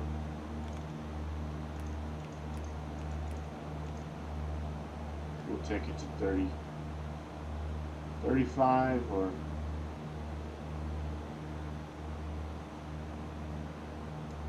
going to slow the aircraft down now and start thinking about flaps.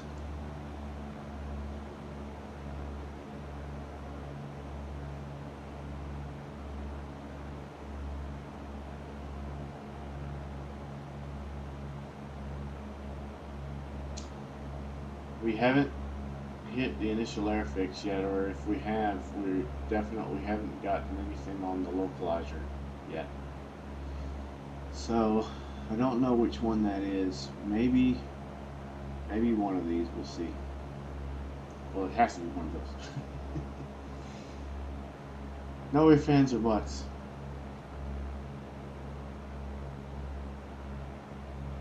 I'm watching for it.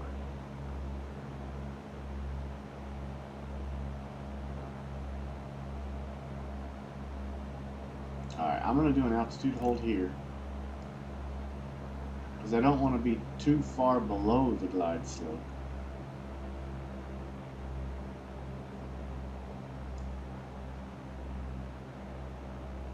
And And I may go ahead and select approach and glide slope there, and let's just see if it picks it up. Now, where are we going? What's going on here? Okay, we're gonna hit nav and go back there.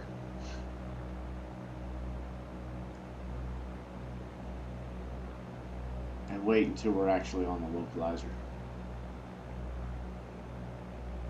I'm getting a little hasty.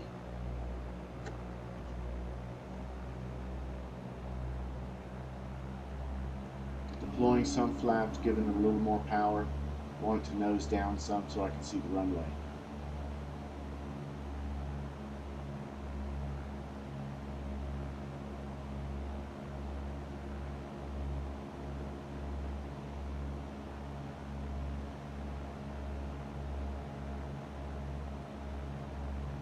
And if I'm seeing the PAPI lights correctly, I'm seeing 4 red.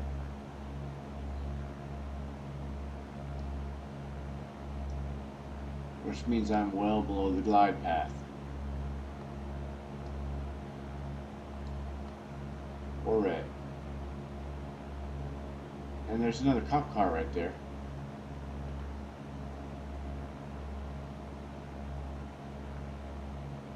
I wonder if we watched him long enough if he'd pull anybody over.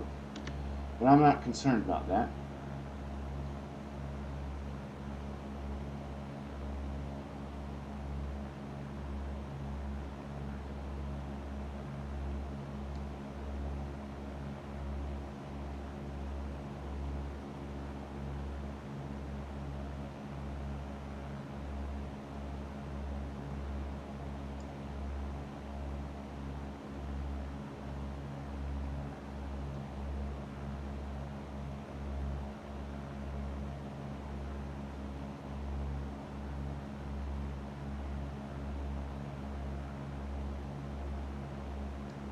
We still have a little light out there, but not a whole lot. And from this position, we can't even see the sun. So let me. Oh yeah, it's behind. Almost gone. We got a little light, but not much. Not that we need it. Might be interesting to see San Diego in the dark.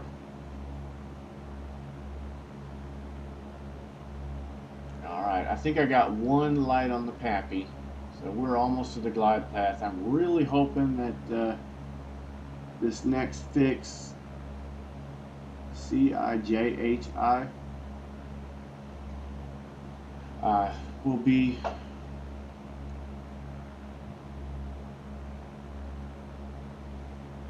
will get me on the localizer. But it's probably Rebo, because I really need to be descending, and I don't know where I need to descend to. We'll just do 300 feet per minute. And then if I see 3 lights,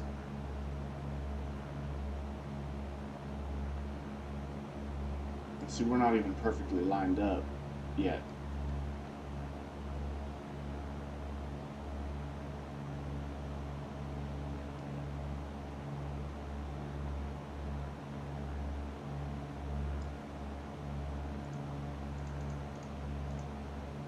Okay, there we are. We're on the localizer now, and it's going screwy. I'm going to do approach, and alt for glide slope, and kind of monitor it. Now it's spinning around on me, but let's just see what happens. If I have to, I'll take control and fly it in. Why are you spinning around on me? And we're above the glide path at this point. Alright. I'm disengaging the autopilot. I'm going to get it lined up and try again.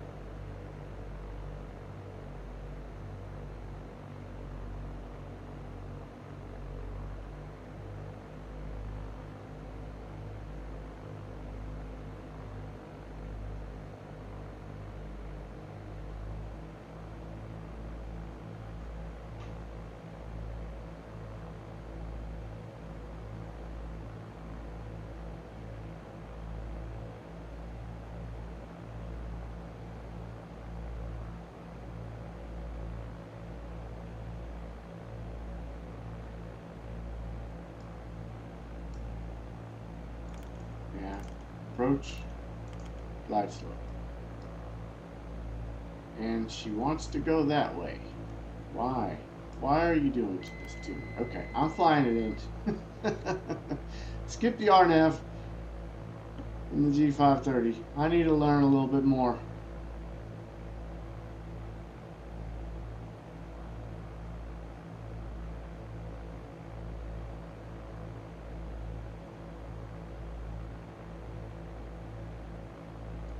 Give me the glass cockpit, the G1000, I can do this. But for some reason, I struggle with the G530.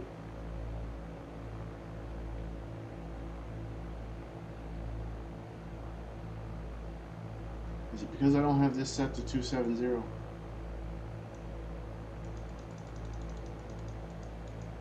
Let's try that. Nav. Approach. Now it just wants to go that other way. I don't know why it wants to go over there. It's weird. When obviously we need to go this way.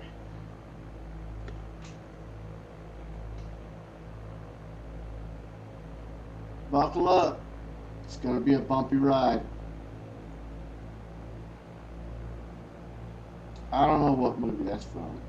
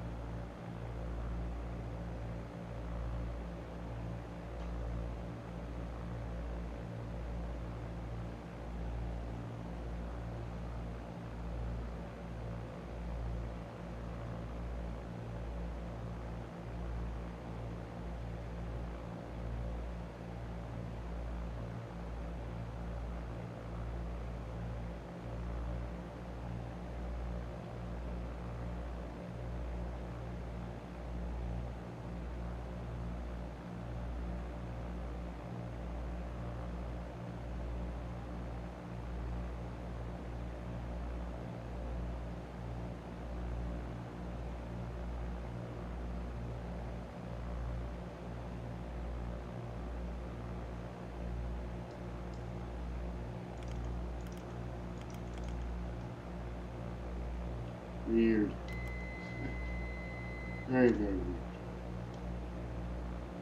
I had it lined up about as good as I could get it, and it still wanted to go left on me.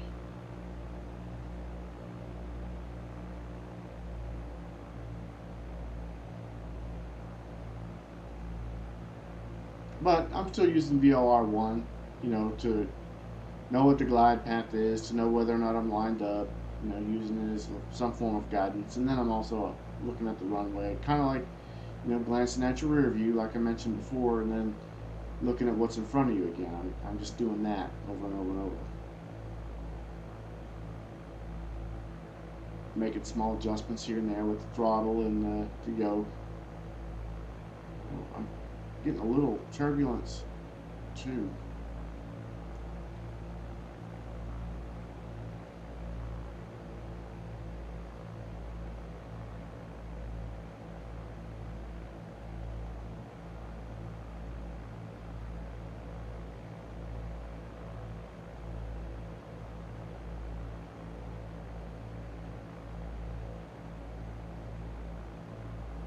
I can only imagine what it feels like to actually do this in real life.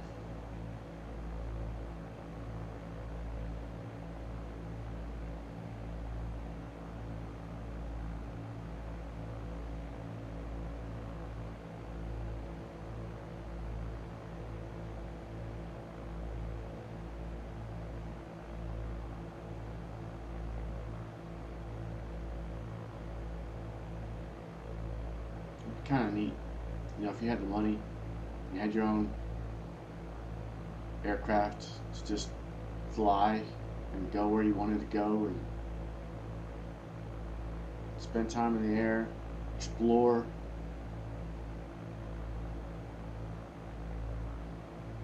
I'd be flying everywhere.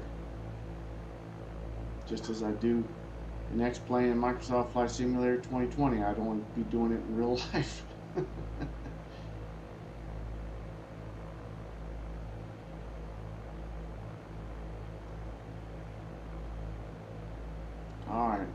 I'll be exiting left, it looks like, at some point. Throttling back a little bit. I'm at 60 knots. I'm going to try to get a little slower.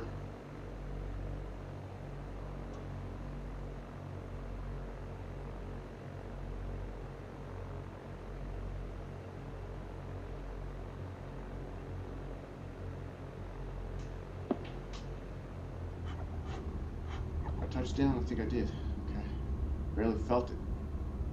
And I don't have my sound setting high enough to be able to hear it.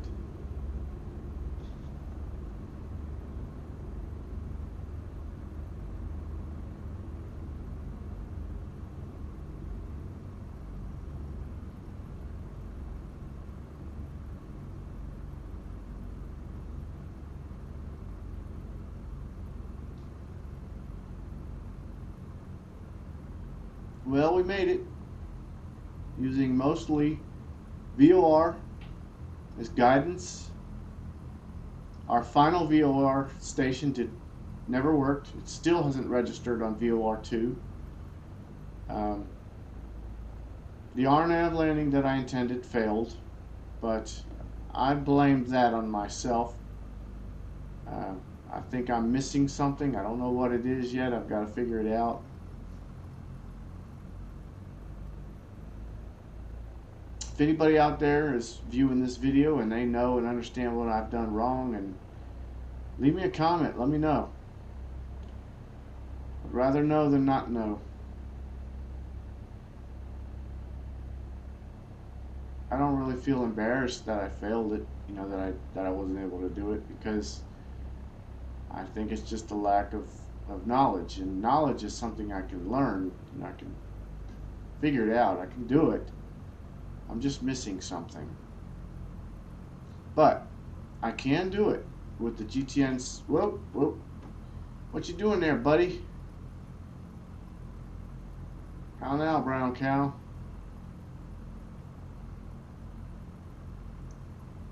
Thank you, sir.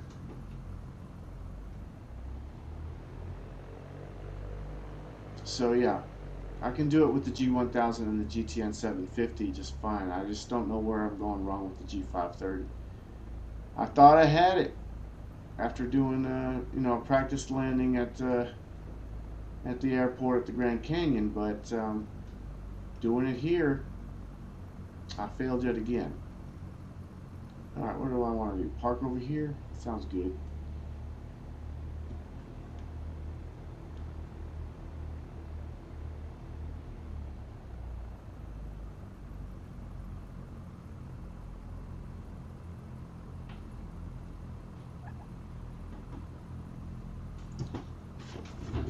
All right, YouTube, I appreciate you enjoying this flight with me, and I hope you all have a good evening.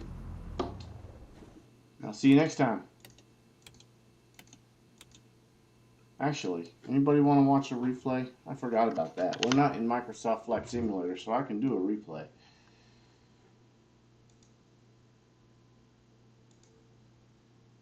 Let's back it up just a little bit. I'd like to see a little more of the city.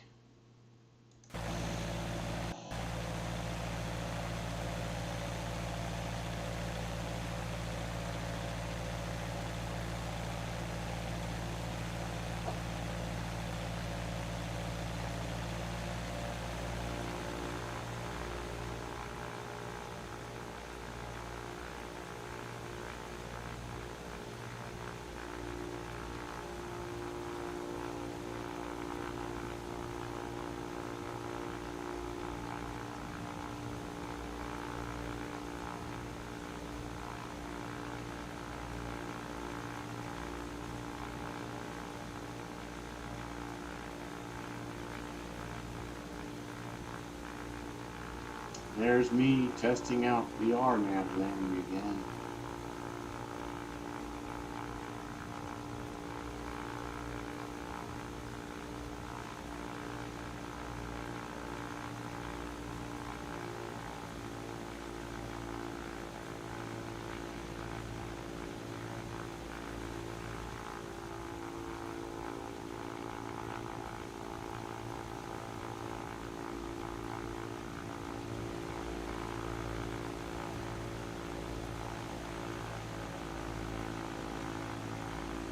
That's a nice screenshot too.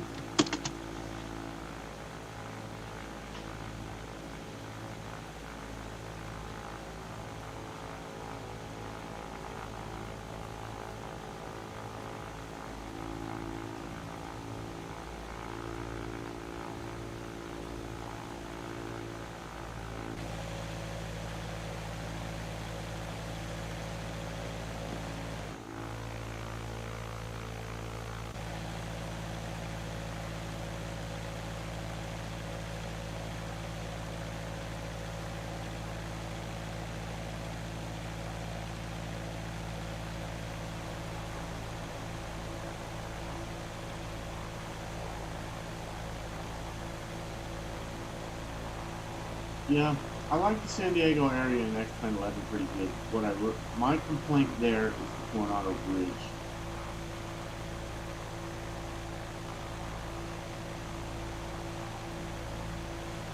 Coronado Bridge is much better in Microsoft Flight Simulator 2020, but my complaint with Microsoft Flight Simulator 2020 is that when you try to fly under it, it resets your flight. It considers it a pass.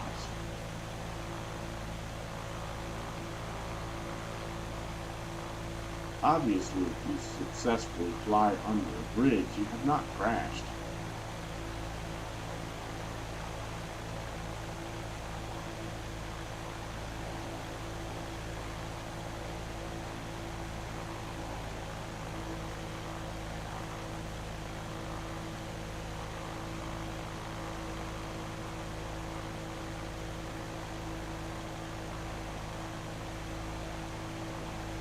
Yeah, this time I touched down and didn't even realize I had actually touched down already. So it's like, I think I might have touched down. Did I touch down? Oh yeah, I touched down.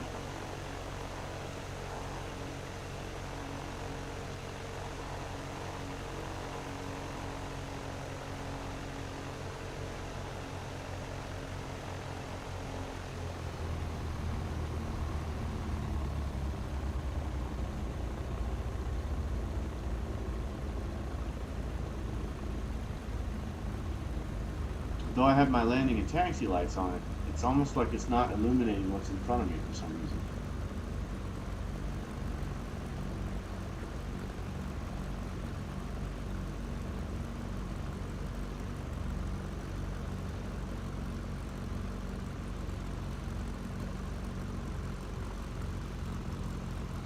There it is. I see it now.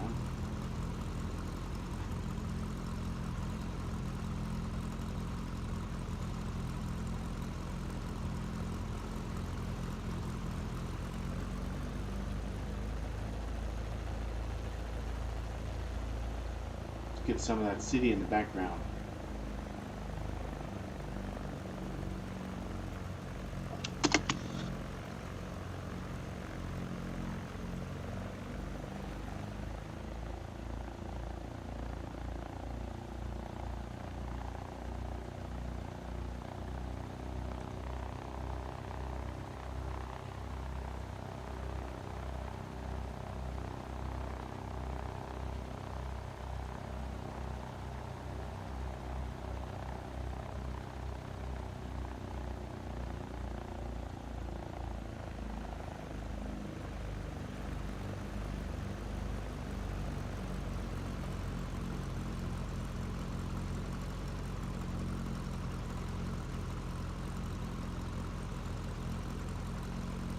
That's where that truck was. I was waiting for him to go by.